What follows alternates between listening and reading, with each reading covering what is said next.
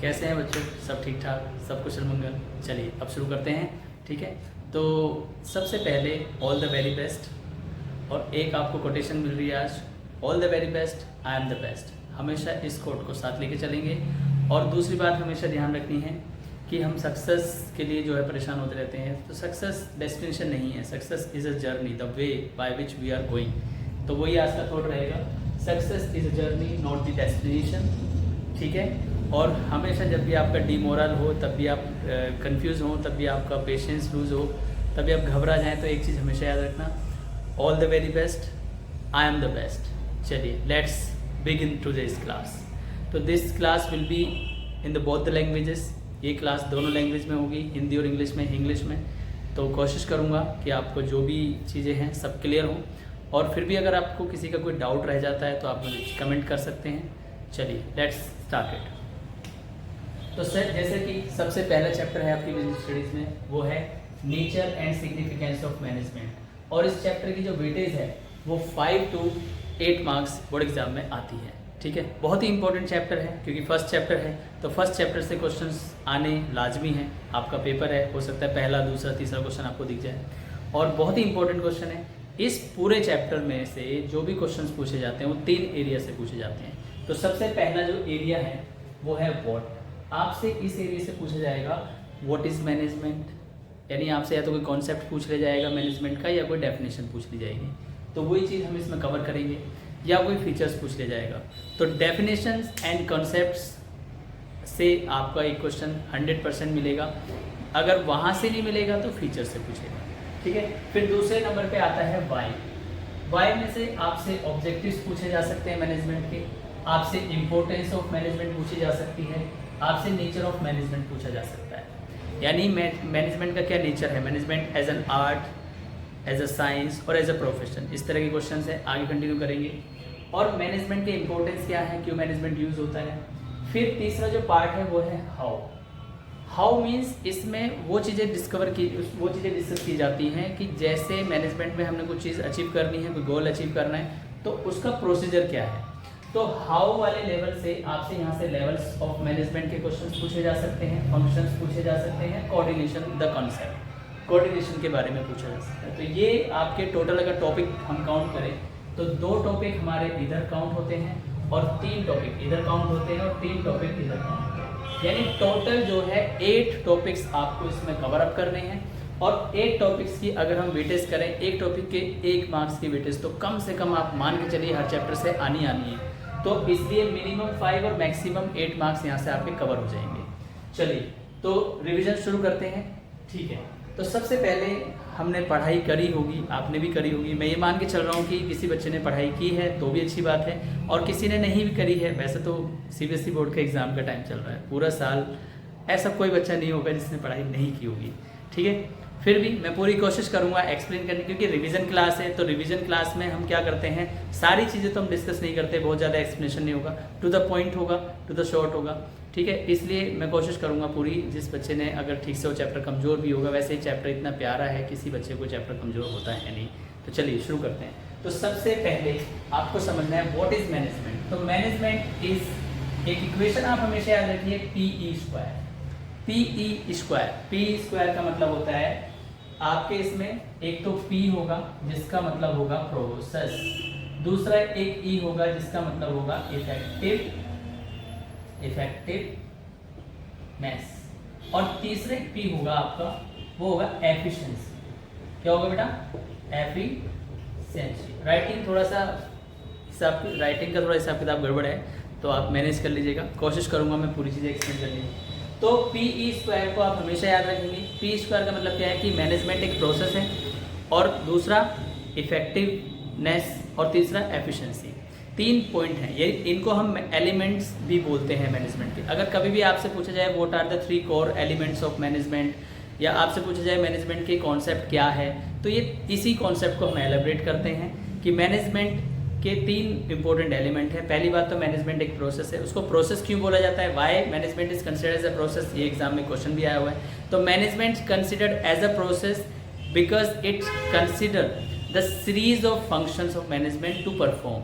यानी हमें कोई काम करने के लिए कोई फंक्शन चाहिए, कोई प्लेटफॉर्म चाहिए जिसके थ्रू हम काम करें, तो इसलिए हम इसको प्रोसेस बोलते हैं, क्योंकि ये प्रोसेस कंटिन्यूसली चलते रहते हैं। फंक्शंस कंट्रोलरी हम यूज़ करते हैं, लाइक प्लानिंग, ऑर्गेनाइजिंग, अभी हम इसमें आगे पढ़ेंगे, ठीक है। ये सारी चीज़ें planning, organising, staffing, controlling and directing, ये सारे जो फंक्शंस हैं ये हमारे होते हैं इसमें। इनकी एक सीरीज होती है, एक सीक्वेंस में हम इनको यूज़ करते हैं और कंटिन्यूस बेसिस पे करते हैं, इसलिए इसको हम प्रोसेस बोलते हैं। दूसरे नंबर पे आता है इफेक्टिवनेस। इफेक्टिवनेस का मतलब है doing right task on time, यानी अगर आप किसी काम को अपने टाइम पर ख़त्म करते हैं तो उसे इफेक्टिव बोलेंगे। यानी कोई मैनेजर है, उसे 1 महीने का टारगेट दिया गया है कि 1 महीने में आपको इतनी यूनिट बनानी है और उसने टारगेट अचीव कर लिया with in that month, that it means that manager is effective, simple. फिर एफिशिएंसी। एफिशिएंसी का मतलब है doing the task in a right way with minimum cost, यानी जब भी कॉस्ट की बात आएगी, जब भी मिनिमम रिसोर्सेज की बात आएगी तो उसको हम एफिशिएंट बोलेंगे। यानी वो सेम मैनेजर है, उसको 10,000 रुपये दिए गए, 10,000 रुपये का बजट दिया गया और 1 महीने का टाइम दिया गया, उसने 1 महीने में काम कर लिया और 10,000 रुपये में से 2,000 रुपये बचा भी दिए, यानी 8,000 रुपये में काम कर दिया। तो इसका मतलब that manager is effective and efficient both. If that manager works with in 1 month, अगर वो 1 महीने में काम कर लेता है लेकिन खर्चा कर देता है 12,000 रुपये, तो that means manager is effective but not efficient. Similarly वो मैनेजर जो है 10,000 का काम 8,000 में कर देता है लेकिन 1 महीने में नहीं करता, वो 2 महीने में करता है या 10-15 दिन ज़्यादा ले लेता है, तो that manager is efficient but not effective. तो ये इसका कोर कॉन्सेप्ट है। मैं आशा करता हूँ, मैं उम्मीद करता हूँ आपको क्लियर हुआ होगा। तो PE² मतलब P फॉर प्रोसेस, 1E मतलब इफेक्टिवनेस, सेकंड इज एफिशिएंसी। तो हमेशा इक्वेशन याद रखना, कभी भूलोगे नहीं आप। फिर आता है मैनेजमेंट में, अगर उसका अब मीनिंग की बात करते हैं तो मीनिंग में क्या होता है, management is equal to man plus things. यानी what is a management? Management is a process of arranging the people, यानी workforce and the resources to achieve a desired goal. Simple. Management का कोई ज़्यादा बड़ा ज़्यादा उसको confuse नहीं करना है, बहुत ही सिंपल तरीके से समझना है। मैनेजमेंट का मतलब होता है कि किसी गोल को हमें अचीव करना है, उस गोल को अचीव करने के लिए हमें क्या चाहिए, लोग चाहिए, यानी वर्क फोर्स चाहिए जिसको हम मैन बोलते हैं। दूसरा, हमें रिसोर्सेज चाहिए जिसको थिंग्स बोलते हैं। तो इसलिए उस डेफिनेशन से ये इक्वेशन बनती है, management is equal to manage plus things. Management is equal to what, manage the man plus things, यानी man work force plus resources. तो ये आप इक्वेशन बना सकते। देखिए इक्वेशन क्यों, ये कोई मतलब फॉर्मूला नहीं है मैथ का, ये एक तरीका है अपने माइंड को कमांड देने का, एक याद करने का। तो मैंने कोशिश की है कि किस तरह से आपके माइंड में चीज़ें स्ट्राइक हों।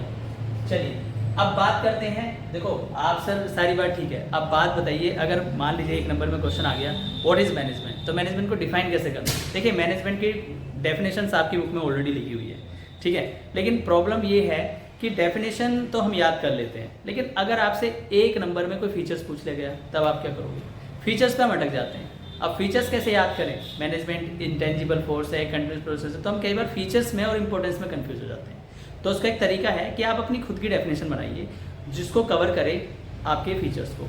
तो उससे रिलेटेड मैंने आपके लिए एक डेफिनेशन तैयार की है। वो डेफिनेशन ये है, management is a process of achieving the desired goals by using the resources and workforce effectively and efficiently in multi and dynamic environment intangibly. देखिए इस डेफिनेशन में अगर आप ध्यान से देखें तो डेफिनेशन क्या है, मैनेजमेंट इज अ प्रोसेस, तो प्रोसेस काउंट हो गया, ठीक है। प्रोसेस किस चीज का, अचीविंग द डिजायर्ड गोल्स आ गए, यानी गोल ओरिएंटेड प्रोसेस हो गया। उसके बाद क्या बोला गया, रिसोर्सेज एंड वर्कफोर्स का मतलब क्या हुआ, आपने देखा होगा आपके इसमें एक मल्टी डायमेंशनल है, उसमें आप एक फीचर्स है मैनेजमेंट का जिसका नाम है मल्टी डायमेंशनल। तो मल्टी डायमेंशनल में 3 चीज़ें होती हैं, मैनेज द वर्क यानी जो टास्क है, मैनेज द पीपल यानी लोगों को मैनेज करना, मैनेज द ऑपरेशन मतलब कैसे वो काम होना है, क्या उसका सिस्टम है, क्या उसका स्ट्रेटेजी है, ये 3 चीज़ों को कवर करता है। तो यही चीज़ें इसमें रिसोर्सेज एंड वर्कफोर्स में काउंट होती है। फिर आता है इफेक्टिवली एंड एफिशिएंटली, किसी भी काम को इफेक्टिवली एंड एफिशिएंटली करना, और multi plus dynamic environment. Dynamic environment का मतलब क्या होता है, देखिए डायनेमिक एनवायरनमेंट का मतलब ऐसा होता है, आपने प्लानिंग कर ली कल हम ये काम ऐसे करेंगे, लेकिन कल किसी वजह से वो प्लान आपका एग्जीक्यूट नहीं हो पाता, क्योंकि आपने जो प्लानिंग करी थी उस समय सिचुएशन डिफरेंट थी। अगले दिन सिचुएशन डिफरेंट हो जाती हैं, उसमें बहुत सारे फैक्टर्स हैं। अब हम फैक्टर्स डिस्कस नहीं करेंगे तो हम थर्ड चैप्टर पहुंच जाएंगे, ठीक है। तो फैक्टर्स हम थर्ड चैप्टर में डिस्कस करेंगे कि जितने भी हमारे एनवायरनमेंट में इंटरनल एक्सटर्नल फोर्सेज होते हैं वो कैसे हमारी प्लानिंग को अफेक्ट करते हैं। तो प्लानिंग को अफेक्ट करने की वजह से हमारे प्लान एग्जीक्यूट होने में हमें प्रॉब्लम आती है। इसलिए हम इसको बोलते हैं मैनेजमेंट को, कि जब हम मैनेजमेंट कर रहे हैं तो हमें ये भी सोचना है कि भाई ये प्लान जो है हमारे अगर एग्जीक्यूट हो रहे हैं तो अच्छी बात है अकॉर्डिंग टू प्लान, लेकिन कई बार सिचुएशन आपकी एडवर्स हो जाती है। At that time what you will do? So always remember in your mind that planning is important, management is important, you are doing everything on pen and paper, but this is not possible accurately you will execute that plan. This is absolutely dependable on external forces, क्योंकि आपने जब plan बनाए, आपने जब planning की, जिन लोगों के साथ भी की, जो भी आपने सब पास्ट एक्सपीरियंसेस के बेस पे देखा, उसके पास्ट एक्सपीरियंस के बेस पे आपने काम किया। मैं प्लानिंग अगर यहाँ पे डिस्कस करूँगा तो प्लानिंग में हम घुस जाएंगे, इसलिए हम वापस आ जाते हैं। तो प्लानिंग नहीं पढ़नी है, प्लानिंग आगे पढ़ेंगे। तो अभी वापस आ जाते हैं अपनी डेफिनेशन पे। तो डेफिनेशन क्या है? Management is a process of achieving the desired goals by using the resources effectively and efficiently in dynamic and multi environment intangibly. तो ये है आपकी डेफिनेशन। ये आप चाहो तो इसको याद कर लीजिएगा, नहीं तो ये जो है डेफिनेशन मैंने खुद बनाई है आपके लिए, जिसमें आपके सारे फीचर्स काउंट हो जाते हैं। उस फीचर्स को अभी कैसे रिकॉल करना है अभी उसको एक्सप्लेन करेंगे। तो समझिए यहाँ तक हमने क्या डिस्कस किया। तो यहाँ तक हमने मैनेजमेंट क्या है उसके बारे में बात की। तो मैनेजमेंट क्या है बच्चों? Management is a process of achieving the desired goals by using the resources effectively and efficiently in dynamic and multi environment। in multi and dynamic environment भी बोल सकते हैं intangibly। ये मतलब है इसका, यानी प्रोसेस है एक ऐसा जिसके थ्रू हम गोल अचीव कर सकते हैं, मल्टी और डायनामिक एनवायरनमेंट में काम कर सकते हैं। और इसमें क्या होता है, मैनेजमेंट सबसे इंपॉर्टेंट बात है, मैनेजमेंट कोई लड़का या कोई लड़की या कोई कंपनी नहीं है। मैनेजमेंट एक इंटेंजिबल फोर्स है, यानी हम उसके एक्शंस, उसके रिजल्ट्स को फील कर सकते हैं, देख सकते हैं, परंतु हम उस मैनेजमेंट को ना हम देख सकते हैं ना छू सकते हैं। That's why that is intangible. Okay, so ये आपके डेफिनेशन में लगभग सारे फीचर्स काउंट हो जाते हैं। तो एक एक फीचर्स करके डिस्कस कर लेते हैं। की पॉइंट से कैसे याद करें सारे फीचर्स? तो फीचर्स के लिए सबसे पहले आपको एक चीज़ याद रखनी है कि देखो मैनेजमेंट क्या है, एक तरह का मैनेजर है। तो आप ये एक डेफिनेशन, एक की पॉइंट याद कर लो माइंड में कि आपके एरिया में एक नया डीएम आया है, ठीक है। तो वो डीएम का नाम है जिकाजी, ठीक है। तो जिकाजी आपके डीएम हैं, नए डीएम हैं। तो जिकाजी जो है बहुत स्ट्रिक्ट हैं। तो जिकाजी डीएम फॉर आई मीन्स मी। यहाँ पर आई का मतलब मी से है, मी मतलब हम लोगों के लिए। ऐसे ही याद करने के लिए देखो ट्रिक चाहिए आपको याद करने के लिए, ज़्यादा लॉजिक नहीं लगाना है, टू द पॉइंट समझना है। तो देखिए यहाँ पे आपका नोट, की नोट है जिकाजी डीएमआई। तो जिकाजी को अगर हम पूरा एक्सप्लेन करेंगे तो a group is continuously achieving my all the goals in dynamic and multi dimensional with intangible force. यानी ये जिकाजी डीएम जो है ये की नोट है जिससे आप पूरी फीचर्स जो है याद कर रहे हैं, ठीक है। तो क्या याद कर रहे हैं? जिकाजी। अब इसका सीक्वेंस देखिए आप, जी मतलब पहला जो जी है दैट इज ग्रुप, दूसरा जो सी है दैट इज कंटिन्यूअस प्रोसेस, यानी एक प्रोसेस है कंटिन्यूअस, ठीक है। फिर है तुम्हारा a means achieving the goal, a means all, this is a, all means pervasive. उसके बाद आ जाता है तुम्हारा फिर goals, management is goal oriented. उसके बाद आ जाता है आपका dynamic, management is dynamic activity. उसके बाद आ जाता है मल्टी डायमेंशनल एक्टिविटी है। उसके बाद आ जाता है आपका इंटेंजिबल फोर्स है। यानी अगर हम मैनेजमेंट के फीचर्स को याद करें तो मैनेजमेंट क्या है? एक ग्रुप एक्टिविटी है, क्योंकि वो एक टीम के लिए काम करती है, हम सब मिलकर के काम करते हैं तब वो गोल अचीव होता है। फिर it is a continuous process, जैसे कि मैंने आपको पहले बताया कंटिन्यूस प्रोसेस है। प्रोसेस क्यों है? क्योंकि उसमें एक सीरीज ऑफ फंक्शंस है ताकि हम काम को अचीव कर सकें। फिर बात करते हैं ऑल मीन्स व्हाट? परवेसिव। तो मैनेजमेंट क्या है? एक परवेसिव फंक्शन है। मैनेजमेंट हर ऑर्गेनाइजेशन में, हर तरीके के ऑर्गेनाइजेशन में यूज़ होता है, हर लेवल पे यूज़ होता है। चाहे नॉन बिजनेस एक्टिविटी हो चाहे बिजनेस एक्टिविटी हो, किसी भी क्षेत्र में अगर देखें तो मैनेजमेंट का बहुत बड़ा रोल है, इसलिए मैनेजमेंट ऑल परवेसिव है। ठीक है, तो पहला हो गया आपका management is a group activity. ठीक है, दूसरा हो गया it is a continuous process, तीसरा हो गया मैनेजमेंट इज ऑल परवेसिव, और चौथा हो गया management is goal oriented process. Goal oriented process क्या है? मैनेजमेंट का एक ऑब्जेक्टिव होता है, एक प्रोसेस होता है, एक ऑब्जेक्टिव होता है जिसके लिए वो काम करता है। अगर वो ऑब्जेक्टिव नहीं है तो फिर मैनेजमेंट नहीं है।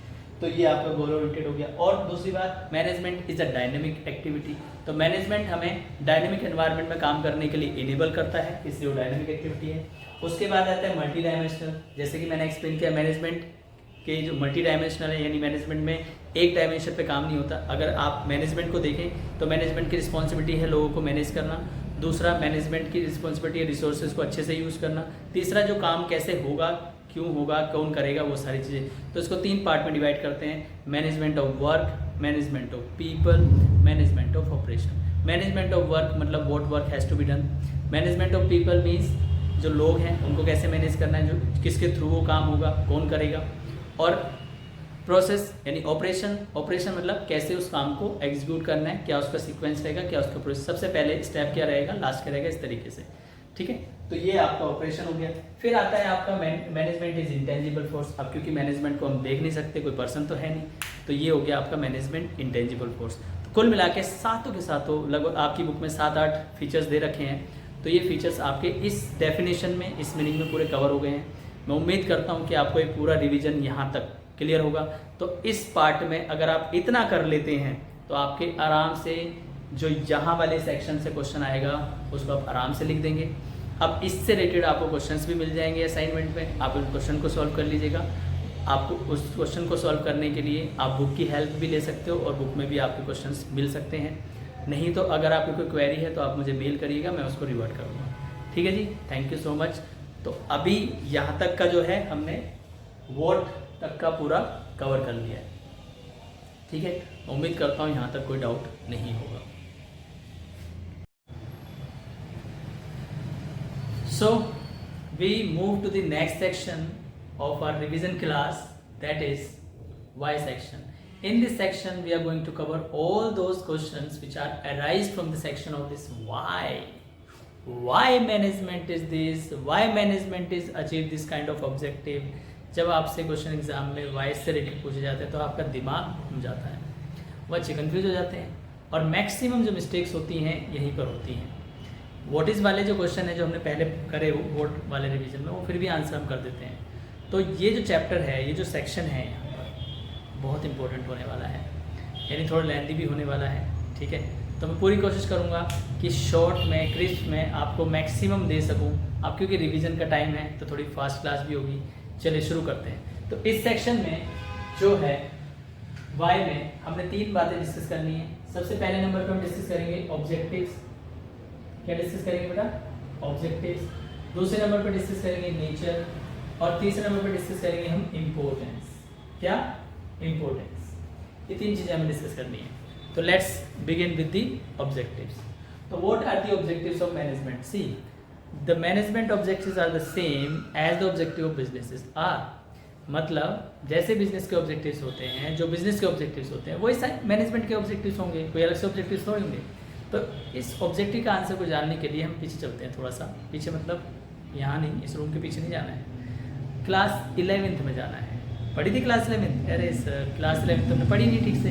क्लास 11th कौन पढ़ता है? क्लास 11th तो मस्ती में जाती है, फिर 12th में रोते रहते हैं। चलिए कोई बात नहीं, मैं आपको डिमोरलाइज नहीं करूँगा, मैं आपको ये समझाने की कोशिश करूँगा कि 11th क्लास में जो हमारा पहला चैप्टर था बिजनेस इंट्रोडक्शन, उसमें हमने ऑब्जेक्टिव पढ़े थे बिजनेस के। तो बिजनेस के कितने ऑब्जेक्टिव होते हैं? बिजनेस के तो बहुत सारे ऑब्जेक्टिव्स होते हैं, लेकिन कोई कहता है बिजनेस का एक ही ऑब्जेक्टिव होता है, भैया पैसा कमाना। बात भी सही है, टीवी सीरियल्स मूवीज़ में भी अभी देखते हैं बिजनेस मतलब व्हाट? मनी। तो इसमें तो कोई डाउट ही नहीं कि बिजनेस का मतलब पैसा कमाना होता है और बिजनेस के लिए बिजनेस हम करते ही पैसा कमाने के लिए। लेकिन क्या केवल यही एक ऑब्जेक्टिव होता है बिजनेस का? तो उसका आंसर हो जाएगा गलत। क्यों? क्योंकि आप पैसे कैसे कमाओगे जब तक आप सोसाइटी को कोई वैल्यू नहीं दोगे। तो यानी पैसा कमाने के साथ साथ आपका सोसाइटी का भी कोई गोल होना चाहिए कि सोसाइटी को कुछ वैल्यू क्रिएट करो। अब सोसाइटी को वैल्यू कैसे दोगे? आप अकेले तो भाई तीसमान खान नहीं बन जाओगे ना। अब अनिल धीरूभाई अंबानी जी जो हैं, जो कंपनी के मालिक है, क्या वो अकेले काम कर रहे हैं उस कंपनी में? उस कंपनी में लगभग 4000 लोग काम कर रहे हैं। टाटा ग्रुप के जो रतन टाटा मालिक हैं, क्या वो अकेले काम कर रहे हैं? उस कंपनी में लगभग जो है 6000 एम्प्लॉयज़ काम कर रहे हैं। अरे भैया, इतने सारे लोगों के साथ मिल करके आप काम कर रहे हो, तो इतने सारे लोग कौन है, यानी लोगों का अपना ऑब्जेक्टिव है, जिसको हम बोलते हैं पर्सनल, व्यक्तिगत ऑब्जेक्टिव। तो जब हम व्यक्तिगत ऑब्जेक्टिव और सोशल ऑब्जेक्टिव को साथ लेकर के चलते हैं ना, तभी आता है पैसा, वरना ऐसे का तैसा बन जाता है भैया। तो ध्यान रखो, पैसा कमाना is important for business, but more than money is important to facilitate the society with create values. Values दोगे भैया तभी पैसा मिलेगा आपको, और वैल्यूज देने के लिए आपको तीसमार खान तो हो नहीं भैया, भगवान तो हो नहीं, अकेले सर्वशक्तिमान हो, प्रोडक्शन भी आप ही कर लोगे, अकाउंट्स भी आप ही देख लोगे, मार्केटिंग भी आप ही देख लोगे, सब कुछ आप ही देख लोगे, तो आपको लोग भी चाहिए, मतलब आपको एक टीम चाहिए ना कुल मिला के। तो उनके लिए भी आपको कोई ऑब्जेक्टिव फुलफिल करने पड़ेंगे, तभी आपका काम चलने वाला है। ठीक है, चलिए। तो there are 3 types of objective if we categorize. Number 1 is organizational objective, number 2 is social objective, number 3 is personal objective. तो जैसे कि नाम से पता चल रहा है, ऑर्गेनाइजेशनल ऑब्जेक्टिव, ऐसे ऑब्जेक्टिव्स जो केवल ऑर्गेनाइजेशन के लिए जरूरी होते हैं, जिसके लिए ऑर्गेनाइजेशन खड़ी होती है। तो उसके भैया ऑब्जेक्टिव ऑर्गेनाइजेशन का तो एक ही होता है, इकोनॉमिक ऑब्जेक्टिव, उसको पैसा चाहिए, तो इसलिए हम इसको इकोनॉमिक ऑब्जेक्टिव भी बोलते हैं। लेकिन ये पैसा जो चाहिए, ये अलग अलग कंडीशन के हिसाब से ऑर्गेनाइजेशन को जरूरत पड़ती है। सबसे पहले नंबर पे कंपनी को इतना पैसा चाहिए कि कंपनी की जो कॉस्टिंग है जो वो निकल जाए, जो खर्चे हैं वो निकल जाए, उसको प्रॉफिट मिले ना मिले, this is not important. What is important, to cover up the all the cost which is being involve. अगर किसी कंपनी में हर महीने 10 लाख रुपए का खर्चा होता है किसी प्रोडक्शन एक्टिविटी पर, तो उसकी सेल या प्रॉफिट इतना हो जाए कि 10,000 रुपये निकल जाएं, this is called survival objective. Now we talk about the profit. तो कंपनी जब सर्वाइवल कॉस्ट को कवर अप कर लेती है, उसके ऊपर जो प्रॉफिट कमाती है उसे बोलते हैं प्रॉफिट। तो कंपनी का ये दूसरा ऑब्जेक्टिव होता है। तो सबसे पहले वो अपनी कॉस्ट को बियर करती है, कॉस्ट बियर करने के बाद वो प्रॉफिट कमाती है, और प्रॉफिट कमाने के बाद वो सोचती है कंपनी के बिजनेस को आगे बढ़ाने के लिए। यही सारे ऑब्जेक्टिव जब कंपनी के हो जाते हैं, किसी बिजनेस के हो जाते हैं, तो भैया मैनेजमेंट क्या करेगी, मैनेजमेंट भी तो यही करेगी ना, मैनेजमेंट के भी ये ऑब्जेक्टिव हुए। तो इसलिए मैनेजमेंट का ये बहुत इंपॉर्टेंट ऑब्जेक्टिव हो जाता है कि किस तरीके से ऑर्गेनाइजेशन के गोल को अचीव किया जाए। हमने पहले वाले वर्ड सेक्शन में भी डिस्कस किया, management is goal oriented process. तो डिजायर्ड गोल को अचीव करना है, व्हाट इज दैट गोल, यही गोल है भैया, पैसा कमाना है, आगे बढ़ना है लाइफ में। ठीक है, चलिए, तो ये पूरा सेक्शन कवर हो गया, मैं आशा करता हूँ। तो आपको इसमें 3 चीजें ध्यान रखनी है। SPG, मतलब SPG का मतलब क्या हो गया, सुपर ग्रोथ। ठीक है, सुपर ग्रोथ, SPG को शॉर्ट में बोल सकते हैं सुपर ग्रोथ। तो सुपर ग्रोथ में आपको 3 चीजें पढ़नी है, सर्वाइवल, प्रॉफिट एंड ग्रोथ, यानी एक्सपेंशन के लिए। इससे आपका ऑर्गेनाइजेशन का ऑब्जेक्टिव अचीव हो जाता है। नेक्स्ट होता है आपका, फिर हम बढ़ते हैं सोशल ऑब्जेक्टिव की तरफ। अब ये सोसाइटी के लिए क्या ऑब्जेक्टिव होंगे, देखो सोसाइटी में कौन लोग हैं, सोसाइटी में जो आपकी कस्टमर हैं वो आ जाते हैं, आपकी गवर्नमेंट आ जाती है, आपके आसपास के लोग आ जाते हैं, आपके फ्रेंड सर्कल भी आ जाते हैं। हालांकि फ्रेंड सर्कल को कोई लेना देना है नहीं बिजनेस से, लेकिन फ्रेंड सर्कल में हम बात करते हैं एम्प्लॉयज़ की। ठीक है, क्योंकि ये सब आपके फ्रेंड ही तो हैं जो आपके साथ काम कर रहे हैं, आपकी फैमिली है जो आपके साथ काम कर रहे हैं। तो FF फैक्टर को हम इग्नोर नहीं करना चाहिए, हर जगह FF फैक्टर काम करता है। ठीक है, तो भैया इनको क्या चाहिए, अगर कस्टमर हैं तो उनको गुड क्वालिटी के प्रोडक्ट चाहिए। सोसाइटी में अगर आप प्रोडक्शन कर रहे हो तो पॉल्यूशन ना करें। तो इस तरह की जो चीज़ें हैं, एक्टिविटी, उस पर आप ध्यान दें, ताकि आप सोसाइटी को हेल्प करें, ना कि सोसाइटी को नुकसान करें। सोसाइटी को किसी भी तरह का नुकसान हो रहा है आपकी वजह से, तो आप सोशल ऑब्जेक्टिव को अचीव नहीं कर रहे हैं। आपने देखा होगा टीवी में बहुत सारे ऐड आते हैं, जैसे कि टाटा ग्रुप है तो एजुकेशन के लिए बहुत सारे जो है इनिशिएटिव लेते हैं, हॉस्पिटल्स के लिए बहुत सारे इनिशिएटिव लेते हैं।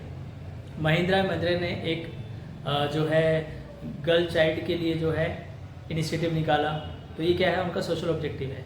ये सोशल ऑब्जेक्टिव को फुलफिल कर रहे हैं, और सोशल ऑब्जेक्टिव के साथ साथ अपनी इमेज और प्रमोशन को भी ये प्रमोट करते हैं, वो एक अलग बात है। बट द इम्पोर्टेंट पॉइंट ये है कि भैया आप इतना पैसा कमा रहे हो, आपकी जिम्मेदारी बन जाती है सोसाइटी के जो डेवलप नहीं है एरिया, जो सक्षम नहीं है लोग, उनकी हेल्प करें, क्योंकि आपके पास पैसा है, आप इकोनॉमिकली रिच हो, वो नहीं है। तो ये सोशल ऑब्जेक्टिव कंपनी अचीव करती है। ठीक है, तो सोशल ऑब्जेक्टिव को याद करने के 3-4 पॉइंट आपको याद रखने हैं। गुड क्वालिटी प्रोडक्ट्स प्रोवाइड करना, इको फ्रेंडली प्रोडक्शन करना ताकि पोल्यूशन ना हो, अनफेयर ट्रेड प्रैक्टिस से बचना। अनफेयर ट्रेड प्रैक्टिस से बचना भैया, टैक्स टाइम पे दे दो, काम कर रहे हो, गवर्नमेंट की वजह से कर रहे हो, गवर्नमेंट के एनवायरनमेंट में कर रहे हो, गवर्नमेंट ने आपको रोड बना के दी है, गवर्नमेंट आपको बिजली भेज रही है, सब कुछ कर रही है, सारी चीज़ें आप फैसिलिटी ले रहे हो ना, तो भैया टैक्स टाइम पे करो। उस टैक्स से जो सड़कें बनाएगी गवर्नमेंट, उस टैक्स से जो बिजली की सप्लाई और पानी की सप्लाई सोसाइटी में प्रोवाइड करेगी। तो टैक्स अपना टाइम पे देना चाहिए। अगर आप टैक्स पे करते हैं तो ये सबसे पहली जिम्मेदारी है। और अगर आप टैक्सेबल नहीं भी हैं तो आप अपनी फ़ाइल करें ITR, ताकि आपके ऊपर ये ऑब्लिगेशन न रहे कि आपने टैक्स फाइल नहीं किया। दूसरा, आप अगर फूड प्रोसेसिंग का कोई काम कर रहे हो, मान लीजिए आप खाने पीने की कोई चीज़ बना रहे हो, उसमें आपने कोई अडल्ट्रेशन कर दिया, क्वांटिटी बढ़ाने के लिए आपने उसमें कुछ चीज़ें मिक्स कर दी, जैसे दूध में पानी मिला देते हैं लोग, और पानी तो छोड़िए, आज तो खैर हाल बुरा है, हम न्यूज़पेपर में देखते हैं कि पानी को छोड़ करके लोग ऐसे ऐसे केमिकल मिलाते हैं जिससे भैया उसकी दूध की जो है लाइफ बढ़ जाती है और क्वांटिटी बढ़ जाती है। तो इससे क्या हो रहा है, उनकी क्वांटिटी बढ़ रही है, उनका प्रॉफिट बढ़ रहा हो तो ठीक है, ऐसे ही बढ़ रहा है, लेकिन जो दूध है, जो उसकी क्वालिटी वो ख़राब हो रही है भैया, उससे भी हमें बचना है। तो इस तरह की चीज़ें ना करना इज़ कॉल्ड अनफेयर प्रैक्टिस। हमें कंपनी को, मैनेजमेंट को ये समझना चाहिए कि भैया इस तरह की प्रैक्टिस से दूर रहेंगे, एक एथिकल तरीके से काम करेंगे, ठीक है। फिर आता है आपका पर्सनल ऑब्जेक्टिव। अब पर्सनल ऑब्जेक्टिव मतलब भैया एम्प्लॉइज़, पर्सनल का मतलब एम्प्लॉइज़ तो होता ही है, लेकिन एम्प्लॉइज़ के साथ साथ जो मालिक है वो भी पर्सन ही है ना। जो कंपनी से जुड़े हुए लोग हैं, व्यक्ति, वो सब पर्सन में आते हैं। तो उनके सबके जो भी टारगेट हैं जो अचीव करने हैं, किसी को सैलरी चाहिए, किसी को प्रमोशन चाहिए, किसी को जो है अपने करियर डेवलपमेंट चाहिए, जो मालिक है कंपनी का उसे अपनी ग्रोथ चाहिए, ठीक है। ये सारे रिक्वायरमेंट हैं ऑर्गेनाइजेशन से फुलफिल होने वाले। तो मैनेजमेंट को ये भी ध्यान रखना पड़ता है कि भैया किसी के पर्सनल ऑब्जेक्टिव जो है वो भी फुलफिल होने चाहिए। तो पर्सनल ऑब्जेक्टिव में फेयरली पेज, आप टाइम से सही पे करें। अगर आपके एम्प्लॉई 8 घंटे काम कर रहे हैं तो 8 घंटे की पेमेंट करें। ऐसा ना हो कि आप 10-12 घंटे काम करा रहे हो और 8 घंटे की पेमेंट कर रहे हो। तो ऐसे करने से आप एक्सप्लोटेशन के घेरे में आते हैं। किसी एम्प्लॉई ने अगर आपकी कंप्लेन कर दी तो आप फंस जाओगे।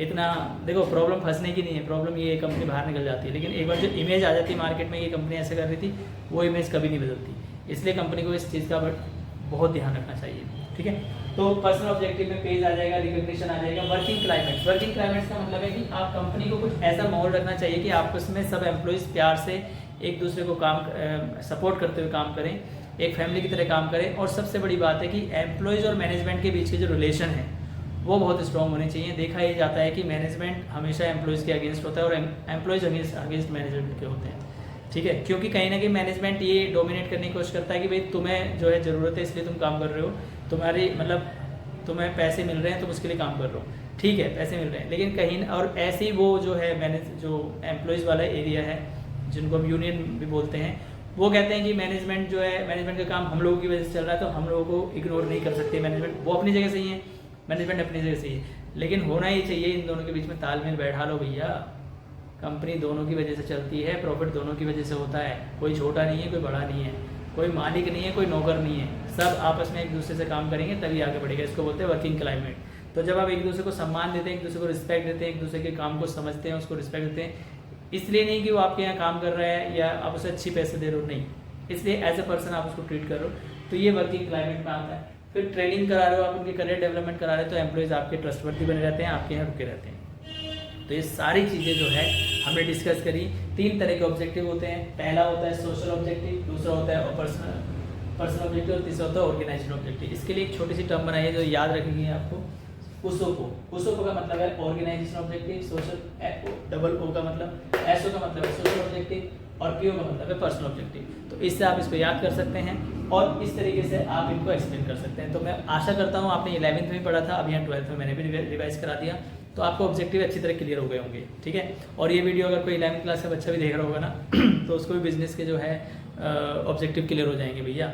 तो उसके लिए एडवांस में तैयारी हो जाएगी भैया, मैनेजमेंट भी पढ़ लिया उसने, तो समझ में आ जाएगा उसको मैनेजमेंट के ऑब्जेक्टिव और बिजनेस के ऑब्जेक्टिव सेम होते हैं। चलिए अब आगे बढ़ते हैं। अब जो हम आगे बढ़ रहे हैं ये है नेचर के बारे में, नेचर ऑफ मैनेजमेंट। भैया नेचर होता क्या, समझ लो पहले। नेचर के लिए आपको क्या होता है, नेचर आपकी कुछ क्वालिटीज़ होती हैं जिसकी वजह से आपकी पहचान होती है। जैसे मान लीजिए मेरी क्वालिटी है कि मैं ईमानदार हूँ। अब मैं ईमानदार हूँ नहीं है तो मुझे पता है भाई, आपको कैसे पता होगा, मैं तो अपनी तारीफ़ ही करूँगा ना। तो जैसे मान लीजिए मैं ईमानदार हूँ, ठीक है, मैं सच बोलता हूँ या मैं लोगों की मदद करता हूँ, तो ये मेरी क्वालिटीज़ हो जाएंगी। क्वालिटीज़ में ऑनेस्टी आ गई, सच्चाई आ गई, आपकी ह्यूमैनिटी आ गई, है ना, काइंडनेस आ गई, ये आपकी क्वालिटीज़ होती हैं जिससे एक बंदे की पहचान होती है कि बंदा सही है या गलत है। अब किसको क्या पता भाई, हम क्वालिटीज़ से तो पता लगाते हैं ना वो चीज़ सही है कि गलत है। तो अब यहाँ हमें क्वालिटीज़ इसलिए नहीं पढ़ रही कि मैनेजमेंट सही है या गलत है, हमें क्वालिटीज़ इसलिए पढ़ रहे हैं, हमें ये समझ में आ जाए मैनेजमेंट है क्या। मैनेजमेंट को हम साइंस माने, मैनेजमेंट को हम आर्ट माने या मैनेजमेंट को प्रोफेशन माने। बड़ा डिबेट चलता है इस पॉइंट पे कि मैनेजमेंट है क्या बेसिकली, क्योंकि मैनेजमेंट ऐसा कोई सब्जेक्ट तो है नहीं मार्केट में, जो सब्जेक्ट बाद में बनाना, तो इसलिए जो है भैया समझ लेते हैं कि मैनेजमेंट है क्या। तो मैनेजमेंट को अगर हम एज ए प्रोफेशन मानते हैं तो क्यों मानते हैं, तो वो सारी चीज़ें इस टॉपिक में हम डिस्कस करने वाले हैं। तो ये क्योंकि थोड़ा सा लेंथी टॉपिक है, इसको कॉम्प्लेक्स होता है समझने में, काफ़ी बोरिंग सा भी हो जाता है, बच्चों को कन्फ्यूजिंग भी हो जाता है। तो इसके लिए एक एब्रीवेशन मैंने बनाई है, की टर्म्स बनाई है, जिससे आपको ये याद रखनी है। चलिए समझते हैं और की टर्म क्या है। तो राकेश नाम का एक लड़का है। राकेश ने कहा, राकेश का एक गोल है कि भैया मैं जो है ऑफिसर बनूंगा, इस शहर का मैं डीएम बनूंगा, या उस शहर का मैं डीएम बनूंगा, या मैं किसी उस रैंक पे आईएएस ऑफिसर बनूंगा, ये उसका सपना है। तो उसने क्या करा, पीएसयू मतलब गवर्नमेंट, आपको यही समझना है, पब्लिक सेक्टर यूनिट होता है बेसिकली, बट पीएसयू का मतलब होता है गवर्नमेंट से, तो आप इसको ऐसे समझिए। तो राकेश ने गवर्नमेंट का ऑफिसर बनने का सपना, यानी कोई डीएम बनना है, उसे कुछ बनना है, वो अपना बनाया, और उसके लिए उसने प्रैक्टिस करनी शुरू कर दी। ध्यान देना, ये बहुत इंपॉर्टेंट बात बता रहा हूँ मैं। राकेश ने, ये राकेश जो एक बॉय है, कौन है ये भैया एक बॉय है, ठीक है। इसने गवर्नमेंट जॉब ले ली है, और इसके लिए इसने क्या कर दी, प्रैक्टिस कर दी शुरू। और जब इसने प्रैक्टिस कर दी, तो प्रैक्टिस शुरू करने के बाद बन गया ऑफिसर वो। हाँ, इतना आसान है भैया। आपने आईएएस बनने का सपना देखा और दिन रात मेहनत करी, 6 महीने में आप आईएएस ऑफिसर बन गए। हाँ, इतना ही आसान है? नहीं भैया, इतना आसान नहीं है, बहुत प्रैक्टिस की जरूरत पड़ती है, ठीक है। और आईएएस की जब प्रैक्टिस करते हो तो आपको, आपके अंदर कुछ स्किल्स डेवलप हो जाती हैं, जिसको हम बोलते हैं क्रिएटिविटी, ठीक है। अब ये मैं स्टोरी क्यों बता रहा हूँ आपको, क्योंकि इस स्टोरी से आपको ये पूरा टॉपिक क्लियर हो जाएगा। This is very very important. तो चलिए इस राकेश की स्टोरी को थोड़ा आगे लेके चलते हैं। तो राकेश को बनना है क्या भैया, ऑफिसर बनना है, ये उसका टारगेट है, ठीक है।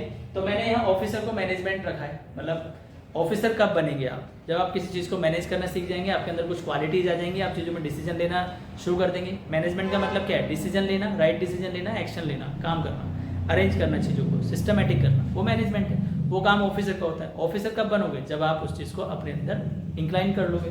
तो समझिए, तो भैया देखो, राकेश हो गए मिस्टर, ये इन्होंने प्रोफेशन चुना भैया कि गवर्नमेंट जॉब में जाना है। तो राकेश का यहाँ पर एब्रिविएशन को जब मैं ब्रेक करूंगा, आर मतलब होता है रेस्ट्रिक्टेड एंट्री। मतलब भैया आर का मतलब समझ लीजिए, राकेश यहाँ पर नाम बेशक यूज हुआ है, लेकिन ये राकेश है प्रोफेशन के लिए, ठीक है। और भैया ये पीएसयू है साइंस के लिए, और आर्ट, ART, आर्ट है आपके आर्ट के लिए। तो आर्ट है, उसमें तो कोई टेंशन ही नहीं है, तो आपको ये याद करना है बस। तो राकेश को अगर हम ओपन करेंगे तो आर मतलब restricted entry, A for association, के फॉर नॉलेज डिफाइंड, और ई for ethical codes of conduct, S for service. ये पूरा राकेश नाम हो गया भैया। अभी क्या है समझो, कोई भी प्रोफेशन कब होगा, हम कैसे माने वो प्रोफेशन है। तो जैसे आपको डॉक्टर बनना है, तो डॉक्टर बनने के लिए आपकी जो है एक रेस्ट्रिक्टेड एंट्री है, हर कोई तो डॉक्टर नहीं बनेगा। सिमिलरली राकेश को आईएएस ऑफिसर बनना है, तो भैया हर कोई तो आईएएस ऑफिसर नहीं बनेगा। तो उसकी एक ऑर्गेनाइजेशन है, जैसे मान लो यूपीएससी एग्जाम कंडक्ट कराती है, तो उसकी एक ऑर्गेनाइजेशन है। डॉक्टर बनना है तो उसके लिए एक बार काउंसिल है, वो मतलब जो मेडिकल एसोसिएशन है, उसका एक एग्ज़ाम पास होता है। ऐसे ही आपकी रेस्ट्रिक्टेड एंट्री होती है, जिसको पास करके अगर आपको जुडिशियल में जाना है, लॉयर बनना है तो क्लैट एग्जाम पास करना पड़ेगा, मैनेजर बनना है तो कैट बनना पड़ेगा, और आपको टीचर बनना है तो बीटीसी करना पड़ेगा। इस तरीके से आप डिफरेंट तरीके से एग्ज़ाम को क्वालिफाई करके ही आप उस इंडस्ट्री में एंट्री ले सकते हो भैया। हर किसी के लिए नहीं है, बोर्ड लगा दिए बाहर, हर कोई नहीं आएगा। केवल और केवल उस लोगों की एंट्री होगी जो उसके लिए एलिजिबल हैं। अब उसके लिए एलिजिबिलिटी कैसे क्रिएट होगी, जब वो पढ़ाई लिखाई करेंगे, उस चीज़ के लिए स्किल्स डेवलप करेंगे, तो एलिजिबिलिटी क्रिएट हो जाएगी। उसके बाद मेरिट के हिसाब से वो अंदर एंटर हो जाएंगे, तो हो गया भैया प्रोफेशन। तो सबसे पहली एंट्री तो भैया रेस्ट्रिक्टेड एंट्री होगी। सबसे इंपॉर्टेंट पॉइंट है बेटा, यहाँ से कई बार क्वेश्चन पूछे जा चुके हैं। फिर है एसोसिएशन। अब ये रेस्ट्रिक्टेड एंट्री लगाती कौन है, यानी उसकी एक ऑर्गेनाइजेशन होती है जो ये काम करती है। वही ऑर्गेनाइजेशन है जो उसके टेस्ट लेती है, एग्जाम कंडक्ट कराती है, फिर मेरिट बनाती है, फिर उसके हिसाब से उसकी ट्रेनिंग करती है, स्किल चेक करती है, फिर उसको एक सर्टिफिकेशन देती है कि हाँ आज से सर्टिफाइड है ये डॉक्टर है, आज से सर्टिफाइड है ये लॉयर है। तो इस तरीके से उनको यहाँ पे जो है सर्टिफिकेशन मिलता है। So these are the association which certified the knowledge, which certified the practices. Now we talk about the K for knowledge. Which type of knowledge? Knowledge is well defined. तो अगर हम मैनेजमेंट में बात करें तो management के तो भैया अभी कोई ऐसे एग्जाम कंडक्ट होते नहीं है। कभी आपने मैनेजर को देखा भी, कोई एग्जाम क्वालिफाई करो तब मैनेजर बनोगे? नहीं। तो इसके हिसाब से तो मैनेजमेंट भैया प्रोफेशन नहीं है, वहाँ पर कोई रेस्ट्रिक्टेड एंट्री नहीं है, कोई भी मैनेजर बन सकता है। आप भी मैनेजर बन जाओगे। अगर आपने कोई 10 साल किसी इंडस्ट्री में काम कर लिया तो आप मैनेजर बन जाओगे। आपने देखा होगा आर्मी ऑफिस से जो रिटायर हो जाते हैं, अर्ली एज में रिटायर हो जाते हैं 30-35 साल में, उसके बाद वो किसी कंपनी में मैनेजर बन जाते हैं। अब भैया उन्होंने कौन सा मैनेजर की पढ़ाई करी थी जो मैनेजर बन गए, है ना, समझ गए ना आप एग्जाम्पल, ये चीज़ है। नाउ एसोसिएशन, अगर हम बात करें आईआईटी इंजीनियरिंग की एग्जाम ऑर्गेनाइजेशन है, एम्स मेडिकल की ऑर्गेनाइजेशन है, आईआईएम जो है एक इंस्टीट्यूट है जो एमबीए कराता है। एमबीए की फुल फॉर्म है मास्टर ऑफ बिजनेस एडमिनिस्ट्रेशन, यानी एमबीए डिग्री से आपको बिजनेस की नॉलेज होती है, आप बिजनेस कर सकते हो, लेकिन वो मैनेजर की डिग्री नहीं है भैया। लेकिन एमबीए की डिग्री को मैनेजर की डिग्री काउंट किया जाता है, क्योंकि ये फुल फ्लैश प्रोफेशन नहीं है और ये रेगुलेटेड भी नहीं है, तो इसकी कोई ऑर्गेनाइजेशन भी नहीं है, तो ये अंडर प्रोसेस है, इसलिए हम उसको मान लेते हैं कि चलो भाई थोड़ा सा प्रोफेशन है। Next we talk about E for ethical codes of conduct. अब कोई ऑर्गेनाइजेशन नहीं है, कोई सर्विस, कोई आपकी रेस्ट्रिक्टेड एंट्री नहीं, कोई एग्जामिनेशन पैटर्न नहीं है, कोई सर्टिफिकेशन नहीं है, तो भैया कोड ऑफ कंडक्ट कैसे होगा, सर्विस रूल कैसे डिसाइड होंगे, वो भी नहीं होंगे। तो इस पॉइंट ऑफ व्यू से भी मैनेजमेंट नहीं है। केवल मैनेजमेंट में ये वाला जो पॉइंट है नॉलेज वाला, ये नॉलेज तो है, नॉलेज है मैनेजमेंट में भैया। आप अमेरिका में हो, इंडिया में हो, कहीं भी हो, आपने देखा होगा बहुत अच्छे अच्छे मैनेजर हैं, उनको मैनेजमेंट की टिप्स मिल जाती हैं, मैनेजमेंट की स्टडी अवेलेबल है ना, मैनेजमेंट के ऊपर रिसर्च चल रही है, तो वो सारी चीज़ें अवेलेबल है। फिर सर्विस मोटिव की बात करें तो जैसे अगर हम देखें हर किसी का सर्विस मोटिव होता है। जैसे शिक्षक का काम क्या होता है, पढ़ाना सिखाना, ऐसे ही लॉयर का काम क्या होता है, जस्टिस दिलाना, किसी को न्याय दिलाना, ठीक है। सीए का काम क्या होता है, किसी कंपनी की फाइनेंशियल स्ट्रेंथ को एनालाइज करना। लेकिन मैनेजर का क्या काम होता है, कभी सोचा है? अब आप कहोगे मैनेजर का काम मैनेज करना होता है। अरे मैनेज क्या करेगा वो, मेडिकल चीज़ को मैनेज करेगा, फाइनेंशियल को मैनेज करेगा, किस चीज़ को मैनेज करेगा। अगर आप देखो तो हर चीज़ में मैनेज जैसे फाइनेंशियल मैनेजमेंट पढ़ते हैं हम, तो हर जगह मैनेजमेंट आ जाता है, हर जगह मैनेजमेंट आ जाता है। इसका मतलब उसका कोई स्पेसिफिक एरिया नहीं है, अभी कोई स्पेसिफिक सर्विस डिसाइडेड नहीं है कि मैनेजमेंट की ये सर्विस होती है। कोई मैनेजर डिसाइड कर, किसी मैनेजर से आप एक्सपेक्ट कर सकते हो कि इस टाइप की सर्विस देगा मैनेजर, नहीं कर सकते, है ना। हाँ, एक चीज़ एक्सपेक्ट जरूर की जा सकती है कि मैनेजमेंट का बिहेवियर, यानी मैनेजर का बिहेवियर आपके लिए बहुत इंपॉर्टेंट है, क्योंकि उसका बिहेवियर अच्छा होगा तो आप उसके साथ मिलेंगे, उसके साथ आगे बढ़ेंगे कंपनी के साथ, नहीं तो आप पिछड़ जाएंगे, जैसे कि मैंने पहले एग्जाम्पल बताया, ठीक है। तो इसलिए यहाँ पर सर्विस मोटिव भी पार्शली है, 100% नहीं है, यानी 50-50 है ये, तो 50-50 कह सकते हैं कि सर्विस मोटिव है। तो कुल मिला के मैनेजमेंट के अगर प्रोफेशन के एलिमेंट्स देखे जाएँ, क्वालिटी देखी जाए, तो केवल एक ही क्वालिटी वेरीफाई होती है, वो है आपकी प्रोफेशन में नॉलेज वाली, बस। बाकी इसके पॉइंट से मैनेजमेंट प्रोफेशन नहीं है, एसोसिएशन के पॉइंट से मैनेजमेंट प्रोफेशन नहीं है, कोड ऑफ कंडक्ट से मैनेजमेंट प्रोफेशन नहीं है, सर्विस से 50-50 है, मतलब है भी और नहीं भी, दोनों चीज़ें। जैसे बिहेवियरल साइंस की बात है कि प्रिंसिपल्स जो है प्योर साइंस के नहीं है, इसलिए उसको इनएग्जैक्ट साइंस बोलते हैं, है ना, वो अभी हम डिस्कस करेंगे। तो मैं उम्मीद करता हूँ कि आपको ये प्रोफेशन वाला पूरा समझ में आया होगा। Now we talk about the as a science. तो एज अ साइंस में देखो थोड़ा सा लेंथी हो रहा होगा ना, है ना, थोड़ा सा लेंथी हो रहा होगा, लेकिन आप इस वीडियो को पॉज करके देख लीजिए, क्योंकि मैं तो पूरा रिवीजन करा रहा हूँ। एक क्लास एक दिन में ख़त्म हो जाएगी, एक चैप्टर पूरी कोशिश रहेगी एक दिन में ख़त्म हो, क्योंकि समय कम है, ठीक है। तो उस हिसाब से मैं रिवीजन करा रहा हूँ, लेकिन आप पॉज करके अपने हिसाब से वीडियो को देख करके आप अपनी तैयारी कर सकते हैं। चलिए, तो अब बात करते हैं PSUs, ठीक है। PSUs का मतलब गवर्नमेंट था, यहाँ पर गवर्नमेंट जॉब से लिख रही है। PSU का मतलब P for principal, S for systematic, U for universal. तो प्रिंसिपल्स का मतलब क्या है, देखो साइंस के जो प्रिंसिपल होते हैं ना वो रिजिड होते हैं, उनको चेंज नहीं किया जा सकता। जैसे ग्रेविटी का प्रिंसिपल, उसको आप चेंज कर सकते हो नहीं, उसको यूज़ कर सकते हो आप अपने हिसाब से, चेंज नहीं कर सकते। इलेक्ट्रिसिटी का कोई प्रिंसिपल, उसको चेंज कर सकते हो नहीं। बट मैनेजमेंट के प्रिंसिपल्स को चेंज किया जा सकता है, हाँ। क्यों? एक पर्सन पे अलग तरीके से काम करेंगे, दूसरे पर्सन पे अलग, इसलिए मैनेजमेंट के जो प्रिंसिपल्स हैं वो बिहेवियरल है, पर्सन टू पर्सन वेरी करता है, इसलिए वो फ्लेक्सिबल है। और फ्लेक्सिबल होने की वजह से ये जो फीचर है ये 100% नहीं है, ये 50-50 है। मतलब प्रिंसिपल्स होने की वजह से हम कहते हैं उसे साइंस है, लेकिन प्रिंसिपल्स फुल्ली एग्जैक्ट साइंस के नहीं है, इसलिए हम उसे साइंस नहीं मानते। तो ये 50-50 है। अगर सिस्टमेटिक नॉलेज की बात करें तो हाँ भैया नॉलेज तो है, नॉलेज यहाँ पे भी पढ़ी थी हमने, नॉलेज यहाँ पे भी आ गई, तो नॉलेज तो है, इसके पॉइंट से तो कोई डाउट है नहीं, क्योंकि जो नॉलेज है वो रिसर्च करके, प्रैक्टिस करके, उसकी जो गाइडलाइंस है तैयार करके तब उनको फॉलो किया जाता है। तो नॉलेज बड़ी अच्छी है, मैनेजमेंट की, जिसको टिप्स को यूज़ करके हम मैनेज करना सीख सकते हैं। Now we talk about the universal validity. Universal validity की बात करें तो एक साइंस के जो प्रिंसिपल्स हैं उनको हम टेस्ट कर सकते हैं लेबोरेटरी में, और मैनेजमेंट के प्रिंसिपल को लैब में टेस्ट नहीं किया कर सकते। इसलिए भैया ये यूनिवर्सल वैलिडिटी वाला जो फीचर है ये लैकिंग है, और ये 50-50 लैकिंग है, ये पूरा लैकिंग नहीं है, पार्शियली, और ये पूरा पूरा है। तो इस पॉइंट ऑफ व्यू से साइंस तो है मैनेजमेंट, और इस पॉइंट ऑफ से प्रोफेशन तो है मैनेजमेंट। यहाँ पर हम बोलते हैं फुल फ्लैज नहीं है प्रोफेशन, लेकिन फुल फ्लैज नहीं है। यहाँ पर साइंस है, एग्जैक्ट साइंस नहीं है, इसलिए हम उसे इनएग्जैक्ट साइंस बोलते हैं। Now we talk about the art. तो आर्ट कब बोलेंगे किसी भी चीज़ को?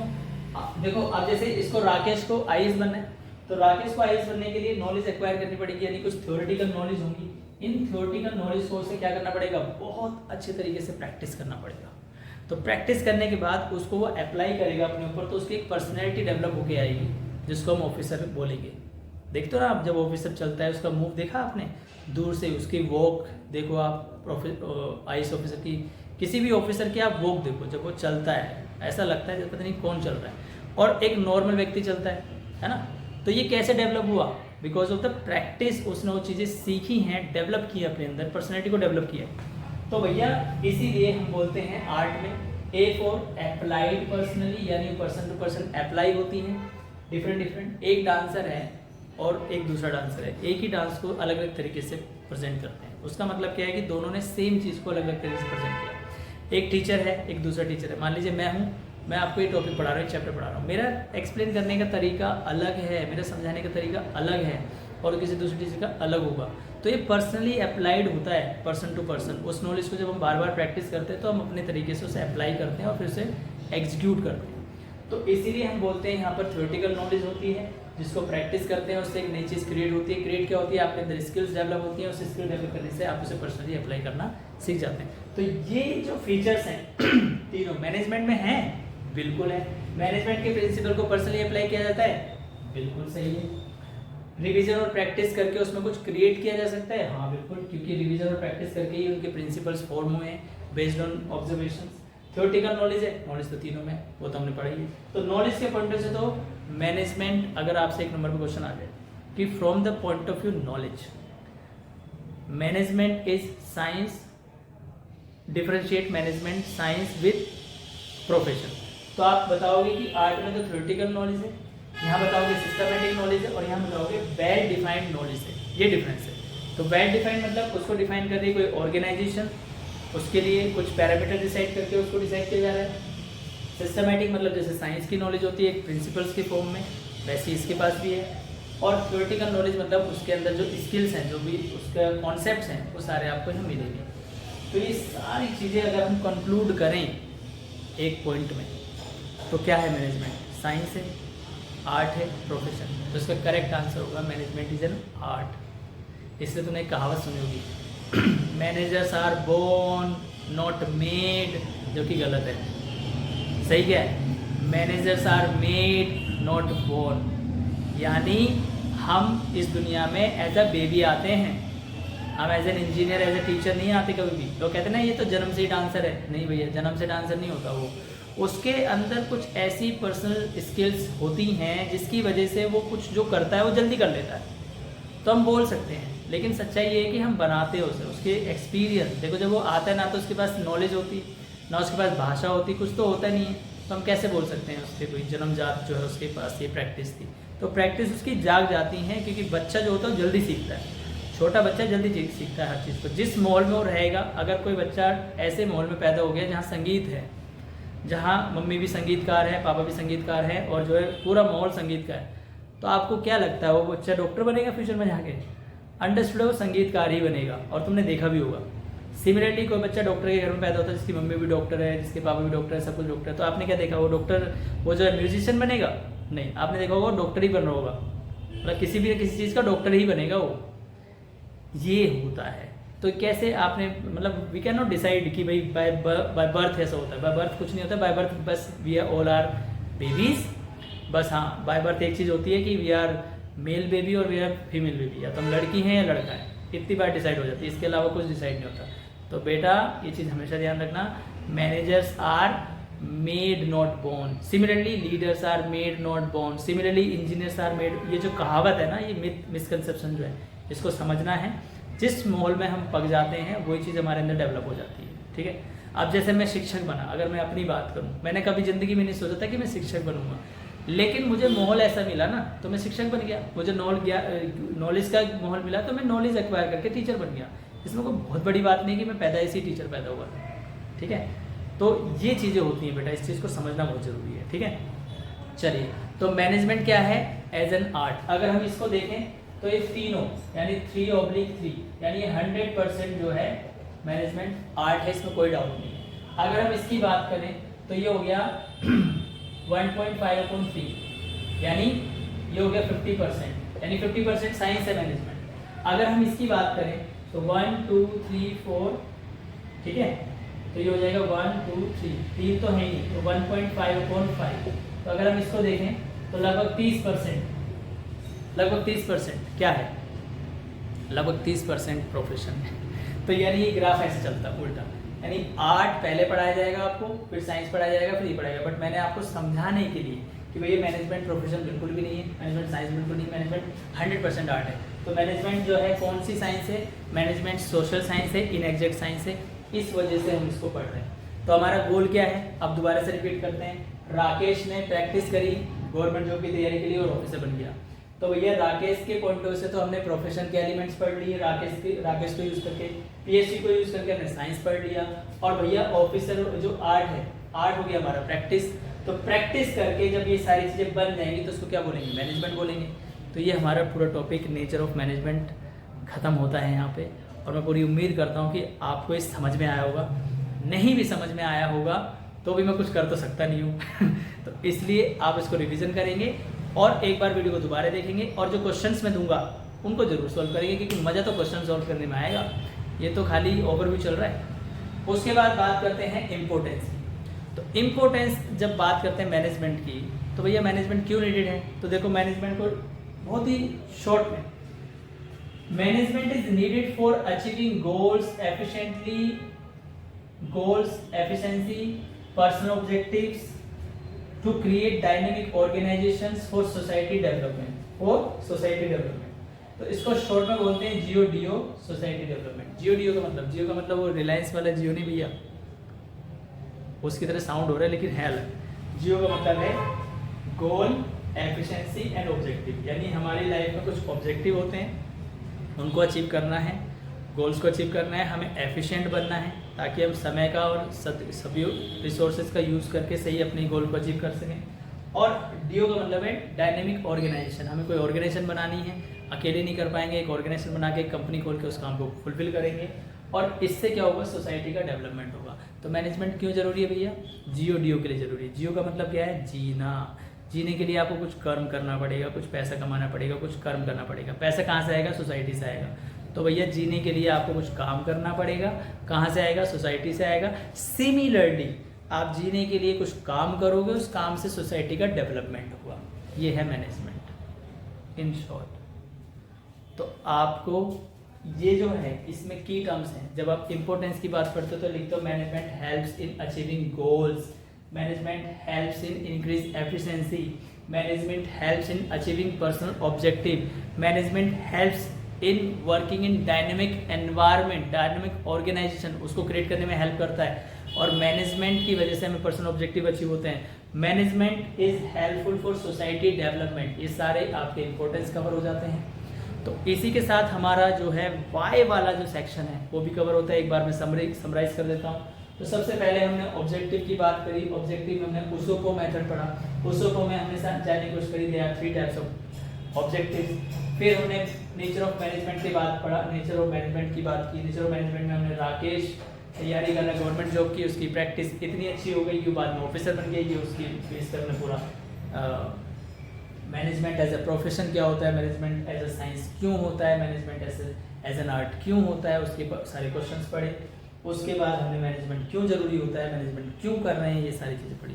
तो अब मैं आपसे एक वर्बली क्वेश्चन पूछता हूँ, अगर आपके नंबर एक एग्जाम में क्वेश्चन आया, management is not considered as full fledged profession, और आगे इन्वर्टेड कॉमा लगा हुआ है, और आगे लिखा है बड़े प्यारे से शब्दों में एक्सप्लेन, तो आप क्या करोगे?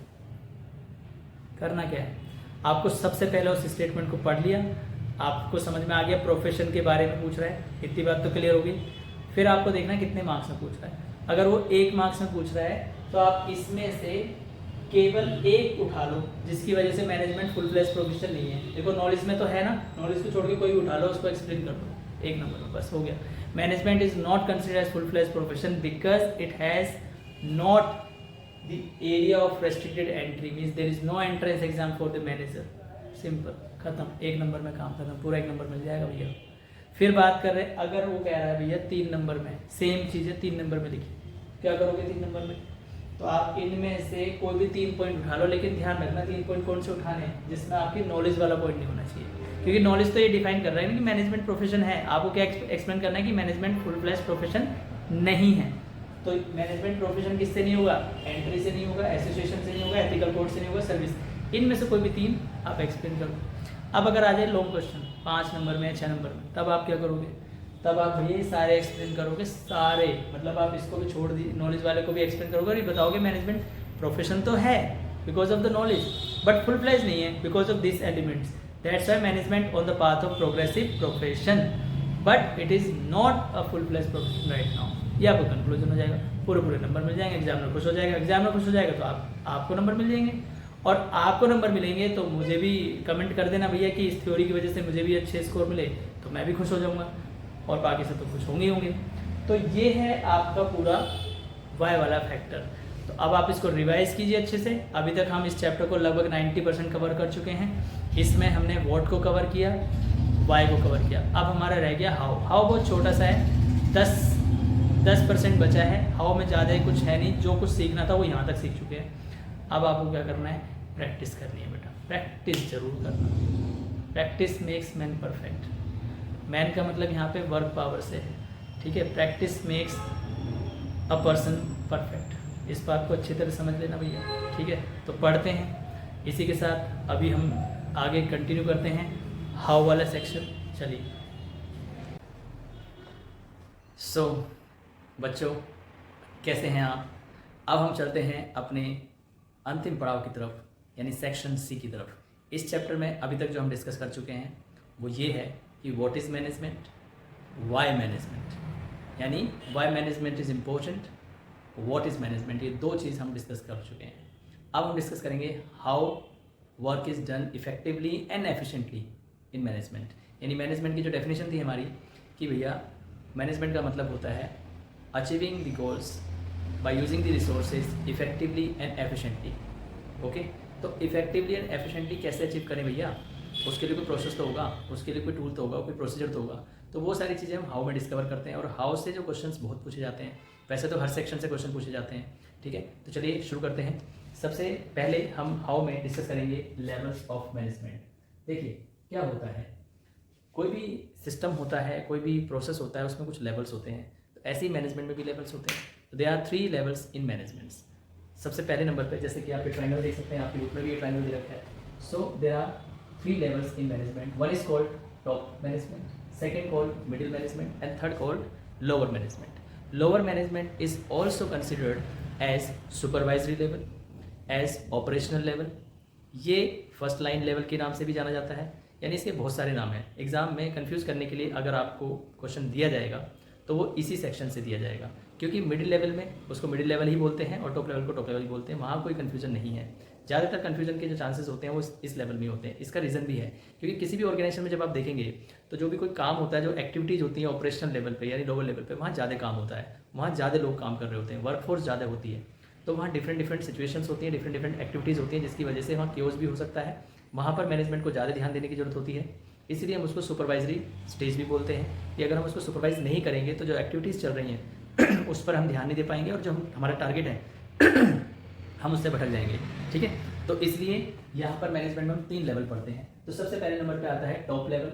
टॉप लेवल में जनरली हायर अथॉरिटीज़ होती हैं जिनका काम होता है पॉलिसीज़ बनाना, ऑब्जेक्टिव डिसाइड करना, प्लानिंग करना, ये सब उनका काम होता है। ये पॉलिसीज़ फ्रेमवर्क करते हैं, प्लान करते हैं बैठ करके। तुमने बहुत सारी मूवीज़ वगैरह में भी देखा होगा, यानी कॉर्पोरेट ऑफिस में जैसे कोर्ट शूट फूट में जाते हैं लोग और एक कॉन्फ्रेंस हॉल होता है, वहाँ पे बैठे होते हैं, एक बोर्ड होता है, इस तरह का बोर्ड लगा होता है, एक वहाँ पे ट्रेनिंग ले रहा होता है, प्रेजेंटेशन ले रहा होता है, बता रहा होता है। तो क्या हो रहा होता है, ये बोर्ड मीटिंग होती है कॉन्फ्रेंस हॉल की। जनरली ये मीटिंग हर लेवल पे की जाती है, बट अगर मीटिंग टॉप लेवल मैनेजमेंट की हो रही है तो वहाँ पर ये सारी चीज़ें डिस्कस की जाती है कि क्या हमारे ऑब्जेक्टिव्स हमें अचीव करने हैं, इस मंथ के टारगेट क्या हैं, अगले 5 साल के बाद हमें क्या करना है। तो उसके हिसाब से वो रूल एंड रेगुलेशन डिसाइड करते हैं, प्लान डिसाइड करते हैं और पॉलिसीज़ फॉर्म करते हैं ताकि उनको इम्प्लीमेंट किया जा सके। तो इसके एग्जाम्पल आपको याद करने हैं। सबसे पहले नंबर पे आपको ध्यान रखना टॉप का मतलब होता है कंपनी का मालिक एक तरीके से। तो कंपनी के मालिक होते हैं 2, या तो सीईओ कंपनी का मालिक होता है या बोर्ड ऑफ डायरेक्टर्स। तो बोर्ड ऑफ डायरेक्टर्स को रिप्रेजेंट करने वाला जो प्रेसिडेंट होता है, कई बार सीईओ होता है, कई बार चेयरपर्सन होता है, ये सब अलग अलग बातें हैं, बट हमें पोस्ट याद करनी है। सीईओ यानी चीफ एग्जीक्यूटिव ऑफिसर किससे रिलेटेड है? टॉप से। बोर्ड ऑफ डायरेक्टर टॉप से रिलेटेड है, ठीक है। और जितने भी चीफ शब्द लग जाएंगे, यानी किसी भी ऑफिसर के सामने, किसी भी मैनेजर के सामने अगर चीफ लग गया, जैसे chief financial officer, chief financial manager, तो जब भी जहाँ भी चीफ वर्ड यूज़ हो जाएगा तो वो भी टॉप मैनेजमेंट में यूज़ होगा। चीफ मतलब मुख्य, जैसे चीफ मिनिस्टर आप सुनते हैं ना, मुख्यमंत्री। तो जो मुख्य ऑफिसर्स होते हैं, जो प्राइम ऑफिसर्स होते हैं, वो भी टॉप मैनेजमेंट में ही काउंट होते हैं। और जितनी भी एग्जीक्यूटिव रैंक्स है, एग्जीक्यूटिव रैंक्स मतलब ऑफिसर्स रैंक, तो वो सारी आपकी टॉप मैनेजमेंट में कंसिडर होती है। Now we move to the next mid level. Mid level में क्या होता है? जितने भी हेड ऑफ डिपार्टमेंट्स होते हैं, जिनको एचओडीज बोलते हैं, जो हेड होते हैं, जो मैनेजर्स होते हैं, इसीलिए इसको मिडिल लेवल को हम क्योंकि यहाँ पर हर तरह के मैनेजर होते हैं, परचेज मैनेजर, प्रोडक्शन मैनेजर और आपके मार्केटिंग मैनेजर। थोड़ा सा गला आज सुस्त हो रहा है तो कोई बात नहीं, हम कंटिन्यू करते हैं, ठीक है। तो हेड आपके जितने भी होंगे, मैनेजर्स जो होंगे, वो सब आपके मिडिल लेवल में आएंगे। और मिडिल लेवल को मैनेजर्स लेवल भी बोलते हैं, क्योंकि मिडिल लेवल पे एक ही रैंक होती है, वो मैनेजर्स। जितने भी मैनेजर्स हैं, आपकी क्वेश्चन में कहीं भी मैनेजर वर्ड दिखाई दे जाए तो भैया आंख बंद करके आप मिडिल लेवल लगा दीजिए, टिक, कोई दिक्कत नहीं है, ठीक है। जहाँ पे भी हेड्स दिखाई दे जाएं कि आपके प्रोडक्शन हेड हैं ये, है ना। जैसे आपके पिताजी क्या काम करते हैं, मान लीजिए आपसे कोई पूछता है आपके पिताजी क्या काम करते हैं, और आप बताते हैं हमारे पिताजी किसी कंपनी में हेड है, एचओडी है किसी डिपार्टमेंट में, तो इसका मतलब आपके पापा मिडिल लेवल मैनेजर हैं, वो मिडिल लेवल पर काम करते हैं, वो टॉप मैनेजमेंट में नहीं आते, वो मिडिल मैनेजमेंट में आते हैं। ऐसे ही अगर कोई आपसे पूछे भाई आपके पापा जो है किसी कंपनी में जो है चीफ फाइनेंशियल ऑफिसर हैं, यानी वो फाइनेंस के जो है प्लान्स डिस्क्राइब करते हैं, बनाते हैं, चीफ इन्वेस्टमेंट ऑफिसर हैं, तो वो भी आपके टॉप लेवल मैनेजमेंट में आएंगे, ठीक है। Now we to the next supervisory level. Supervisory level ऐसे लेवल हैं जहाँ पर activities day to day basis पे होती हैं, रूटीन वर्क होता है, उनको हम लोअर लेवल मैनेजमेंट बोलते हैं। इसके 4-5 एग्जांपल आपको याद करने हैं। एक सुपरवाइजर से रिलेटेड जितनी चीज़ें, सुपरवाइजरी, सुपरविजन, जितनी भी ऐसी टर्म्स आएंगी वो सब आपकी लोअर लेवल पे आएंगी।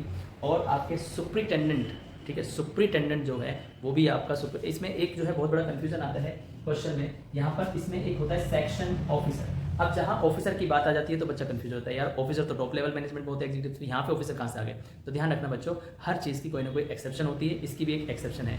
बस केवल एक ही टर्म में जहाँ सेक्शन ऑफिसर आ जाएगा वो आपका यहाँ पर सुपरवाइजरी होगा। इसके अलावा जितने भी फोरमैन हैं, सुपरवाइजर्स हैं, सुपरिटेंडेंट्स हैं, वो सब आपके लोअर लेवल मैनेजमेंट में आते हैं, ठीक है। जितनी भी वर्क फोर्स है, लेबर फोर्स है, वो भी इसी में आती है। जैसे क्लर्क हो गए, इनके और एग्जांपल हो सकते हैं, क्लर्क हो गए, लेबर फोर्स हो गई, अकाउंटेंट हो गए, ये सब आपके सुपरवाइजरी लेवल में काउंट होते हैं, ठीक है। अभी मान लो किसी भी कंपनी का जो मैक्सिमम स्टाफ होता है वो यहीं पर काम कर रहा होता है, ठीक है। उसके ऊपर कोई हेड होता है तो मैनेजर होता है, और वो हेड के ऊपर भी कोई ऑफिसर है तो वो टॉप मैनेजमेंट हो गया। ये इस तरीके से आपके 3 लेवल है। बहुत छोटा सा टॉपिक है, बहुत इंपॉर्टेंट टॉपिक है, यहाँ से एक क्वेश्चन जरूर बनता है, ठीक है ना। तो क्वेश्चंस जरूर प्रैक्टिस करने हैं। देखो रिवीजन मैंने करा दिया मैक्सिमम, पूरा चैप्टर एक दिन में रिवीजन करना इट्स नॉट मतलब ये कोई छोटी बात नहीं है। अगर किसी बच्चे ने ढंग से वो चैप्टर नहीं पढ़ा है और वो एक दिन में उस चैप्टर को कंप्लीट कर लेता है तो उसके लिए बहुत बड़ी बात हो जाती है। तो इस वीडियो के माध्यम से आपका पूरा चैप्टर रिवाइज हो जाएगा। वीडियो थोड़ी लेंथी है, आप लोग रोक कर देख सकते हैं, बट कोशिश करिएगा कि एक दिन में एक चैप्टर कंप्लीट कर लें तो आपका 12-15 दिन में पूरा बिजनेस स्टडी रिवाइज हो जाएगा। और क्योंकि डेट भी रिवाइज हो चुकी है भैया, अब पेपर जो है 27 पहले 27 से 28 को था बिजनेस का, अब वो 25 तारीख को हो गया है। तो 25 मार्च को पेपर है,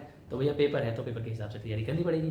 हालांकि और भी पेपर हैं आपके बीच में, बट आप कोशिश कीजिएगा कि एक दिन में एक चैप्टर निपटाइए, क्योंकि एक दिन में पूरा सिलेबस नहीं होता है, ठीक है। ये बात हमेशा ध्यान रखना। उसके बाद जो है अब हम चलते हैं आगे की तरफ। तो भैया हम कुछ भी काम करेंगे, किसी भी लेवल पे करेंगे तो हमें काम करना पड़ेगा, उसको बोलते हैं फंक्शंस, यानी कुछ एक्टिविटीज़ करनी पड़ेगी। तो मैनेजमेंट में कुछ एक्टिविटीज़ होती है, मैनेजमेंट में कुछ फंक्शंस होते हैं जिसके थ्रू उस चीज़ को, टारगेट को अचीव किया जाता है। तो समझते हैं कौन कौन से फंक्शन है। तो सबसे पहले नंबर पे आता है प्लानिंग।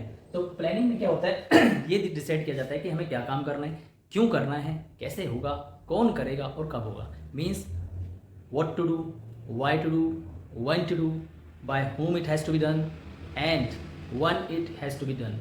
यानी वो काम कब होना है, किसे करना है, कब होगा। ये जितने भी क्वेश्चंस माइंड में आ रहे हैं ये सब हम करते हैं प्लानिंग में डिसाइड। इसके लिए एक प्लान बनाते हैं, बैठते हैं, डिसाइड करते हैं कि कब होगा, कैसे होगा, ये सारे। जैसे हमने एक प्लान बनाया कि भाई मार्च में हम रिवीजन करेंगे, ठीक है, मार्च में रिवीजन करेंगे, हर दिन एक चैप्टर को कंप्लीट करेंगे। तो ये हमारा प्लान है, इसके अकॉर्डिंग हम काम कर रहे हैं। कब करना है, कैसे करना है, हम इसका टाइम टेबल बना लेंगे कि भाई इस समय बिजनेस पढ़ेंगे, इस समय अकाउंट्स पढ़ेंगे, इस समय इकोनॉमिक्स पढ़ेंगे। तो इस तरीके से आप जब प्लानिंग करते हो अपने आने वाले टाइम की, तो उसमें हमारे सारे क्वेश्चंस पूरे हो जाते हैं। तो इसी तरीके से फंक्शन प्लानिंग होता है। आपकी जो कंपनी होती है वो भी प्लानिंग करती है कि अगले 5 साल में क्या करना है, अगले साल क्या करना है, पिछले महीने हमने क्या टारगेट अचीव किए थे, ठीक है। उसके बाद जब हम कंपनी में या जो भी मैनेजमेंट होता है वो प्लानिंग कर लेता है, तो उसके बाद वो उस प्लानिंग के अकॉर्डिंग चीज़ों को ऑर्गेनाइज करता है, चीज़ों को अरेंज करता है। तो क्या अरेंजमेंट करता है भैया? सबसे पहले तो ग्रुपिंग करता है। ग्रुपिंग का मतलब है कि बहुत बड़ा काम है उसको छोटे छोटे पार्ट में डिवाइड करना, ताकि वो काम ईजी हो जाए करना। जैसे मान लीजिए आपको बिजनेस स्टडी का क्वेश्चन पेपर पूरा जो सॉल्व करना है, ठीक है। आप इसीलिए तैयारी करो ना कि एग्जाम में 3 घंटे पूरा क्वेश्चन पेपर सॉल्व करें, लेकिन पूरे क्वेश्चन पेपर में तो पूरा सिलेबस है, पूरे 12 के 12 चैप्टर है। लेकिन 12 के 12 चैप्टर आप कैसे एकदम से प्रिपेयर करोगे? उसको हम ब्रेक करते हैं डिफरेंट चैप्टर्स में। पूरा सिलेबस हमने डिफरेंट चैप्टर्स में ब्रेक किया, फिर चैप्टर्स को भी ब्रेक करते हैं डिफरेंट टॉपिक्स में, और टॉपिक्स को भी ब्रेक करते हैं डिफरेंट कॉन्सेप्ट्स में। सिमिलरली कंपनी में मान लीजिए कोई टारगेट अचीव करना है, तो उस टारगेट को अचीव करने के लिए कंपनी क्या करती है, उनके लिए different activities, different actions plan तैयार करती है। उसको हम बोलते हैं ग्रुपिंग एक्टिविटीज़। उसमें क्या होता है, सिमिलर काइंड ऑफ जॉब। जैसे मान लीजिए मार्केटिंग डिपार्टमेंट एक बना दिया, और सेल से रिलेटेड, मार्केटिंग से रिलेटेड जितनी एक्टिविटीज़ हैं वो सब उस डिपार्टमेंट के अंदर होंगी। तो हमने क्या करा कि पूरा जो ऑब्जेक्टिव था उसको पहले डिवाइड किया, मार्केटिंग में, प्रोडक्शन में, फाइनेंस में, इस तरह से कंपनी ने उसको कैटेगराइज किया। उसके बाद कैटेगराइज करने के बाद अब उसकी ग्रुपिंग कर दी कि भैया मार्केटिंग से रिलेटेड जितनी भी चीज़ें हैं, सेल्स से रिलेटेड जितनी भी चीज़ें हैं, वो सब एक्टिविटीज़ उसके अंदर आएंगी। अब उसके बाद हम उनकी ड्यूटीज़ असाइन कर देते हैं। तो ड्यूटीज़ असाइन कर देते हैं कि भैया मार्केटिंग हेड की क्या ड्यूटी होगी, सेल्समैन की क्या ड्यूटी होगी, फील्ड मैन की क्या ड्यूटी होगी, जो आपका प्रोसेस मैनेजर है उसकी क्या रिस्पॉन्सिबिलिटी होगी। ये सारी चीज़ें हम ऑर्गेनाइजिंग में डिसाइड करते हैं। Now we talk about the staffing. Staffing में क्या होता है भैया, लोग काम करेंगे ना। जैसे मैनेजमेंट की डेफिनेशन में पढ़ा, management is what, manage the resources and man power, यानी वर्कफोर्स। तो वर्कफोर्स मतलब पीपल, लोग चाहिए कंपनी में काम करने के लिए। तो कंपनी में जब काम करने के लिए लोग चाहिए तो भैया उनको हायरिंग करनी पड़ेगी, रिक्रूटमेंट करना पड़ेगा। रिक्रूटमेंट करने के लिए आपको बेस्ट कैंडिडेट चाहिए, उसका सिलेक्शन करना पड़ेगा। सिलेक्शन करने के बाद क्या करोगे, आप उन्हें ट्रेनिंग दोगे, उनका डेवलपमेंट करोगे, तभी वो आपके साथ काम करेंगे, नहीं तो छोड़ के चले जाएंगे। भाई ऐसा ना, आपने एम्प्लॉयज को सिलेक्ट कर लिया, आप उससे काम ले रहे हो, लेकिन उसके फ्यूचर के लिए आप कुछ सोच नहीं रहे हो, उसे ट्रेन नहीं कर रहे हो, तो वो आपकी कंपनी छोड़ के बहुत जल्दी जाने वाला है। ये हमेशा ध्यान रखना। तो आप अगर उसे प्लेटफॉर्म प्रोवाइड करते रहेंगे तो लंबे समय तक आपके लिए। अब ये डिटेल में हम स्टाफिंग में पढ़ेंगे, लेकिन अभी फिलहाल में हम समझेंगे स्टाफिंग में ये फंक्शन होता है। जब भी इस तरह के वर्ड्स आ जाए, hiring, selection, training and development, वो स्टाफिंग का हो जाएगा। जब भी इस तरह के वर्ड्स आपको दिखाई दे जाए आपके केस स्टडी में, क्वेश्चंस में, ग्रुपिंग, टास्क, असाइनिंग ड्यूटीज, तो वो आपका स्टाफिंग, ऑर्गेनाइजिंग से रिलेटेड होगा। और जब भी आपको WHO का क्वेश्चन मिल जाए, WHO मतलब व्हाट, व्हाई, हाउ, इस तरह की चीज़ें आ जाए तो वो आपकी प्लानिंग में आ जाएगी। तो इस तरीके से हमारे प्लानिंग कवर हो गया, ऑर्गेनाइजिंग कवर हो गया, स्टाफिंग कवर हो गया। Now we talk about directing. Directing का मतलब क्या है? अब मूवीज़ तो आप सब लोग देखते ही हैं ना, हम लोग पागल हैं भैया, मूवीज़ का नाम सुनते हमारे कान खड़े हो जाते हैं, दिमाग में बॉलीवुड बसा हुआ है, ब्लड में बॉलीवुड बसा हुआ है, ठीक है ना। जैसे अभी किसी मूवी का नाम लो, तो अभी कोई आपसे पूछे बेटा इस मूवी को जो है किसने डायरेक्ट किया है, इस मूवी का सिंगर कौन है, इस मूवी का एक्टर कौन है, आप सब बता दोगे। आपसे कोई क्वेश्चन पूछा है तो उसका जवाब नहीं होगा। तो इस चीज़ को आप किसी मूवी के एग्जाम्पल समझिए। जैसे आपकी, मेरी फेवरेट मूवी ले लेते हैं, मान लीजिए 3 इडियट मेरी फेवरेट मूवी है। तो 3 इडियट का डायरेक्शन किसने किया? राजकुमार हिरानी ने। एक्ट्रेस कौन थी, कास्टिंग किसने की? आमिर खान ने, और आमिर खान के साथ सरमन जोशी और वो थे, है ना, माधवन। तो इस तरीके से हम उनको, आपने ध्यान दो कि जो डायरेक्टर है उसने आमिर खान को इंस्ट्रक्शन दिया, उसने जो है जितने भी एक्टर्स हैं, एक्ट्रेस हैं, उनको इंस्ट्रक्शन दिया, गाइड किया, मोटिवेट किया, तब जाके एक मूवी, ब्यूटीफुल मूवी बन के आई। तो डायरेक्शन का बहुत बड़ा रोल है, ठीक है। तो ऐसे ही मैनेजमेंट में भी समय समय पर मैनेजर्स को इंस्ट्रक्शन देने होते हैं, गाइडिंग करनी होती है, और एम्प्लॉयज़ को मोटिवेट भी करना होता है ताकि वो अपने टारगेट को अचीव कर सकें, है ना। और ये सारी चीज़ें होती कैसे हैं? कम्युनिकेशन से। तो ध्यान रखना, जहाँ कहीं भी इंस्ट्रक्शंस, गाइडिंग, मोटिवेशन, कम्युनिकेशन, ये सब आ जाएगा, वो हो जाएगा आपका डायरेक्टिंग, ठीक है। तो डायरेक्टिंग का जो फंक्शन होता है, वहाँ पर इंस्ट्रक्शन दिए जाते हैं, एम्प्लॉयज़ को मोटिवेट किया जाता है, उनको गाइड किया जाता है, ताकि उनसे हम डिजायर्ड काम करवा सकें, ठीक है ना। फिर आता है कंट्रोलिंग। अब भैया देखो, यहाँ तक तो कोई दिक्कत ही नहीं। कंट्रोलिंग में क्या होता है भैया, आपने इतनी सारी चीज़ें कर ली, अब फीडबैक नहीं दे रहे हो, मेजर नहीं कर रहे हो, चीज़ों को चेक नहीं कर रहे हो, तो क्या फायदा। आप देख तो लो कि हमने जो प्लान बनाया था वो प्लान के अकॉर्डिंग काम हो भी रहा है कि नहीं हो रहा, तो कैसे पता चलेगा? कंट्रोलिंग से। तो कंट्रोलिंग में क्या आता है? Measuring the performance with plans and taking corrective decisions. तो what you will do, you have to check your plans that what we have decided accordingly work is going or not, the employees are doing work on their responsibilities or not। तो आप उनकी responsibility को कैसे check करेंगे, उनके work को कैसे check करेंगे? तो जो भी आपने उनको टारगेट दिया है, आपने सपोज फॉर एग्जांपल एक मैनेजर को आपने बोला कि एक दिन में 10,000 यूनिट्स बननी चाहिए, लेकिन जब आपने देखा 10,000 तो बनी नहीं, 8,000 बन रही है, तो भाई 2,000 क्यों नहीं बनी? तो आपने चेक किया कि भैया पावर फेलियर था जिसकी वजह से नहीं बन पाई। तो अब नेक्स्ट टाइम के लिए आप करेक्टिव एक्शन लोगे कि पावर फेलियर की कंडीशन में आप क्या करेंगे, ठीक है। पावर फेलियर की कंडीशन में किस तरह से उस चीज़ को कवर अप किया जाएगा, ओवर टाइम करके किया जाएगा, किसी भी तरीके से किया जाएगा। तो ये सारी चीज़ें होती हैं बच्चों। तो यहाँ तक हमने डिस्कस किया प्लानिंग के फंक्शंस। तो इन शॉर्ट अगर हमें इसको याद करना है तो इसके लिए एक टर्म बनाई है पोस्टैक। पोस्टैक का मतलब होता है P for planning, O for organizing, S for staffing, D for directing, and कुछ नहीं है बट इसको कंटिन्यू करने के लिए एंड कंट्रोलिंग। तो पोस्टैक्स जो है आपके 5 फंक्शंस हैं जो आपके मैनेजमेंट में पढ़ने हैं, और ये 5 फंक्शंस आगे इंडिविजुअल चैप्टर हैं तो इस पर ज़्यादा चर्चा नहीं करेंगे, आगे बढ़ते हैं। हमारा लास्ट टॉपिक रह गया, लास्ट कॉन्सेप्ट रह गया, इसके बाद पूरा चैप्टर ओवर हो जाएगा। ठीक है, तो हम बढ़ते हैं इधर कोऑर्डिनेशन की तरफ। तो अभी तक जो भी हमने डिस्कस किया कि मैनेजमेंट कितना इंपॉर्टेंट है भैया, मैनेजमेंट में किस तरह से काम होता है, मैनेजमेंट के ऑब्जेक्टिव कैसे अचीव होते हैं, ये सारी चीज़ें डिस्कस कर ली। अब देखो ये होता कैसे, पॉसिबल कैसे है। देखो मैनेजमेंट में हमारे फंक्शंस हमने डिस्कस कर लिए सारी चीज़ें। एक चीज़ हमेशा ध्यान रखो, लाइफ में अगर कोऑर्डिनेशन नहीं है तो कुछ भी नहीं है। मैनेजमेंट में भी हमने सारी चीज़ें डिसाइड कर ली लेकिन कोऑर्डिनेशन नहीं है, तो जहाँ कोऑर्डिनेशन नहीं होगा वहाँ चीज़ें क्योज हो जाएंगी, कन्फ्यूजन हो जाएगा और लोग परेशान हो जाएंगे, लोगों को समझ में नहीं आएगा क्या करना है। तो कोऑर्डिनेशन को समझना बहुत जरूरी होता है। तो कोऑर्डिनेशन के लिए बहुत इंपॉर्टेंट चीज़ है, आपके एग्जामिनेशन में कई बार क्वेश्चन पूछे जाते हैं। तो कोऑर्डिनेशन में आपको जो कॉन्सेप्ट है इसको याद करने के लिए आपको 3 चीज़ें याद रखनी है। देखो coordination is also known as essence of management, coordination is also known as binding force, coordination is important and responsibility of all level management. यानी जितने भी लेवल्स हैं, कौन कौन से लेवल्स हैं, top level, middle level and lower level, इन तीनों की रिस्पॉन्सिबिलिटी बन जाती है भैया आपस में कोऑर्डिनेट रखिए। ठीक है, मान लीजिए एक एग्जांपल से समझते हैं, एक प्रोडक्शन मैनेजर है, एक फाइनेंस मैनेजर है, एक मार्केटिंग मैनेजर है और एक आपका HR मैनेजर है। इन चारों के बीच में झगड़ा है। क्या झगड़ा भैया? सपोज करो कोई टारगेट है उनका अचीव नहीं हुआ, सेल नहीं हुई, पैसा नहीं आ रहा बिजनेस में, मनी नहीं है। तो जो आपके HODs हैं, जो आपके टॉप लेवल के मैनेजर हैं, उन्होंने फाइनेंस मैनेजर से पूछा भाई पैसा क्यों नहीं आ रहा, कमी क्यों हो रही पैसे की। तो उसने बोला भाई सेल्स मार्केटिंग वाले ठीक से काम नहीं करते, उनके पास की माल बेचना है नहीं, माल बिक नहीं रहा, सेल हो नहीं रही, पैसा नहीं आ रहा। तो उन्होंने ब्लेम कर दिया मार्केटिंग डिपार्टमेंट से पूछा भैया तो ऐसा क्यों हो रहा है, क्यों सेल नहीं हो रही। तो उन्होंने बोला भैया हमारा जो कस्टमर की कंप्लेन बड़ी है, क्वालिटी प्रोडक्ट नहीं बना रहे हैं, बहुत शिकायत आ रही, कंप्लेंट्स आ रही है। ठीक है, तो उसने क्या करा, अपना झोला खाली कर दिया और प्रोडक्शन वाले उस पर डाल दिया। अब प्रोडक्शन वाले से बात की गई कि भैया माल में कमियां क्यों आ रही है, क्वालिटी पे क्यों नहीं ध्यान दे रहे हो। तो भैया उसने जो है अपना गढ़ा फोड़ दिया किसके ऊपर, जो है फाइनेंस के ऊपर, कि भैया वो पैसे ही नहीं देता मेरे को, सामान ही नहीं है, रॉ मटेरियल्स ही नहीं है, कैसे बनाऊँ मैं। ठीक है, तो ये सारी चीज़ें एक दूसरे के ऊपर हम डाल देते हैं और ब्लेम कर देते हैं क्योंकि आपस में कोऑर्डिनेशन नहीं है। अब जब एक इन्वेस्टिगेशन किया गया, देखा गया भैया स्टॉक में तो बहुत सारा सामान रखा हुआ है, कोऑर्डिनेशन मतलब वहाँ पे इतना सारा सामान है, रॉ मटेरियल हमें खरीदने की जरूरत ही नहीं थी, वहीं से हम इसको यूज़ करके अच्छी क्वालिटी के प्रोडक्ट्स बनाते तो हमारे कस्टमर भी खुश होते, हमारी सेल भी होती है, हमारे पास पैसा भी आता है। सबके चीज़ें देखो, एक बंदे के काम से पूरी कंपनी सफ़र करती है और ऐसे ही एक बंदे के काम से पूरी कंपनी को प्रॉफिट भी होता है। तो हमें कभी भी ये नहीं सोचना है कि मेरा काम क्या है, हमें ये सोचना है हमारा काम क्या है, एज ए टीम वर्क काम करना है। इसलिए मैनेजमेंट में टीम की डेफिनेशन होती है टुगेदर एवरीवन अचीव मोर, आपकी बुक में भी है NCERT की।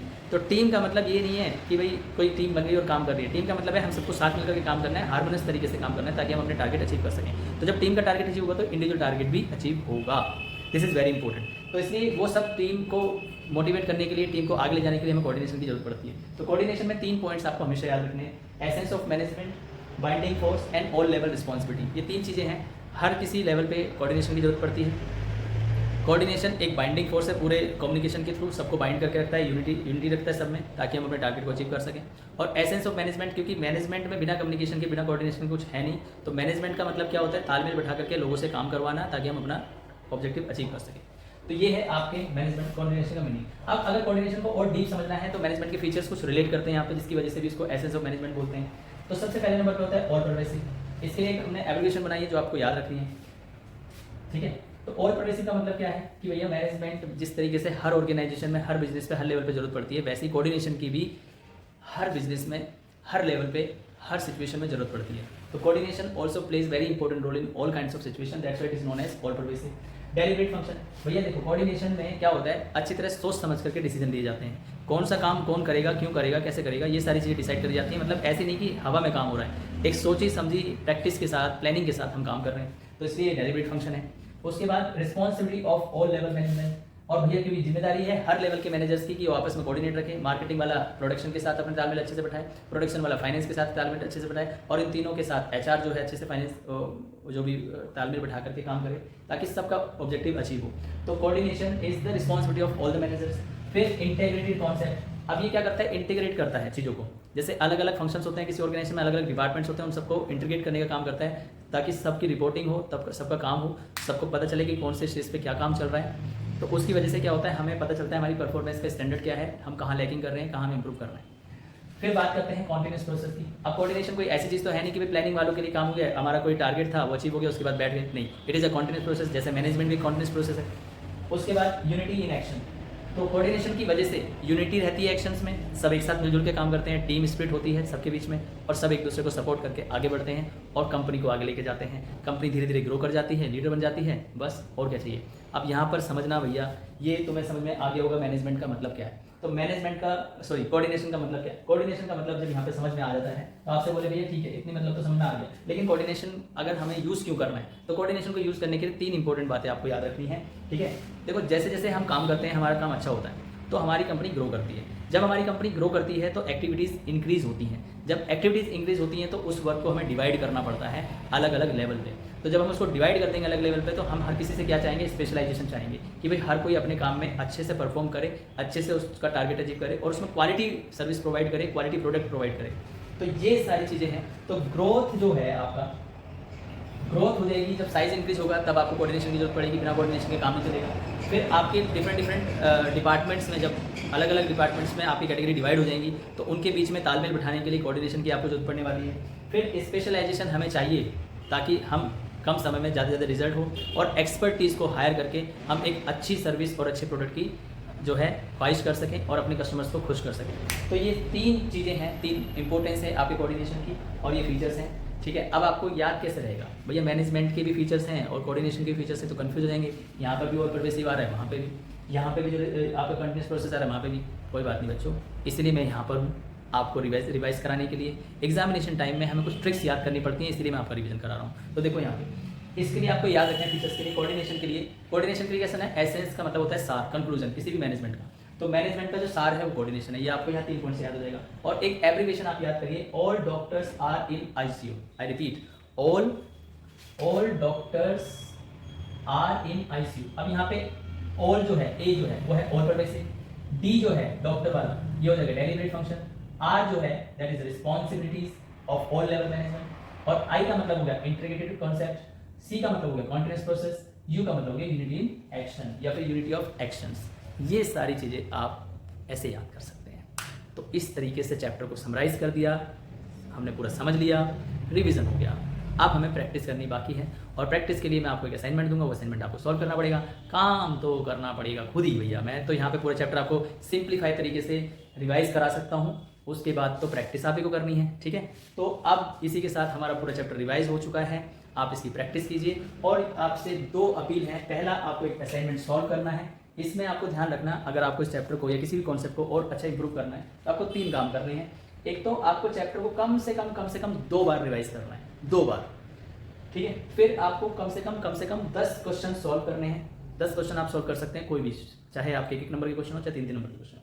और कम से कम आपको एक केस स्टडी जरूर सॉल्व करनी चाहिए। उस केस स्टडी में क्या होता है, 3-4 कॉन्सेप्ट इंटरेक्टेड होते हैं तो आपका पूरा चैप्टर कॉम्प्रिहेंसिव लेवल पे रिवाइज हो जाता है। तो केस स्टडी बेटा एग्जाम में बहुत इंपॉर्टेंट है। और केस स्टडी से रिलेटेड अगर किसी बच्चे को स्पेशल क्लास चाहिए तो मेरे चैनल को सब्सक्राइब तो कर ही रखा होगा उसने, नहीं भी किया तो कर देना। और अगर स्पेशल क्लास चाहिए तो मुझे व्हाट्सएप पे पिन कर सकते हैं। केस स्टडीज़ के बैच हम अलग से भी आपका ले करके आपको तैयारी करा सकते हैं, ठीक है। तो ये सारी चीज़ें हैं बेटा। और एक आपसे अपील है कि अगर आपको कुछ भी समझ में आया है, थोड़ा बहुत भी फायदा हुआ है पूरा चैप्टर रिवाइज होने की वजह से, इस वीडियो की वजह से, तो बेटा इस वीडियो को सब्सक्राइब कर, इस वीडियो को जितना हो सके शेयर कीजिएगा, चैनल को लाइक और सब्सक्राइब करवाइएगा, ठीक है बेटा। बहुत मेहनत लगती है पूरे चैप्टर को रिवाइज करके उसको वीडियो में बनाना, इट्स नॉट ईजी। तो बेटा इतना तो हमारा बनता है हक कि हम आपसे जो है फीस तो ले नहीं रहे, तो गुरु दक्षिणा के उसमें आप लाइक कीजिए, शेयर कीजिए और अपने दोस्तों के से सब्सक्राइब कराइए चैनल को, ताकि इस तरह की वैल्यूबल कंटेंट आपको मिलता रहे, आगे वीडियोस मिलती रहें। पता नहीं किस वीडियो से किसका भला हो जाए बेटा, आपका भी भला होगा, ठीक है। तो इसी के साथ जो है ये पूरा चैप्टर जो है रिवाइज हो चुका है। आपको ध्यान रखना है 3 चैप्टर हमने 3 पार्ट्स में, ये पूरा चैप्टर हमने 3 पार्ट में डिवाइड किया था, व्हाट, व्हाई और हाउ, ठीक है। व्हाट में हमने डिस्कस किया व्हाट इज़ मैनेजमेंट, ठीक है, मैनेजमेंट के फीचर्स क्या हैं वो हमने डिस्कस किए। वाई में हमने डिस्कस किया ऑब्जेक्टिव्स ऑफ मैनेजमेंट, वाई में हमने डिस्कस किया natures of management, importance of management, और आज हाउ में हमने डिस्कस किया levels of management, important levels of management, functions of management and coordination. ये टोटल 8 टॉपिक हमने पढ़े हैं। इन 8 टॉपिक को आप अच्छे से लिखिए, नोट्स बनाइए और बेटा रिवाइज कीजिए। इसी के साथ मैं विदा लेता हूँ। ऑल द वेरी बेस्ट, हमेशा ध्यान रखना बेटा, all the very best, I am the best, ठीक है। God bless you all, let's you meet in next class. Thank you, bye bye.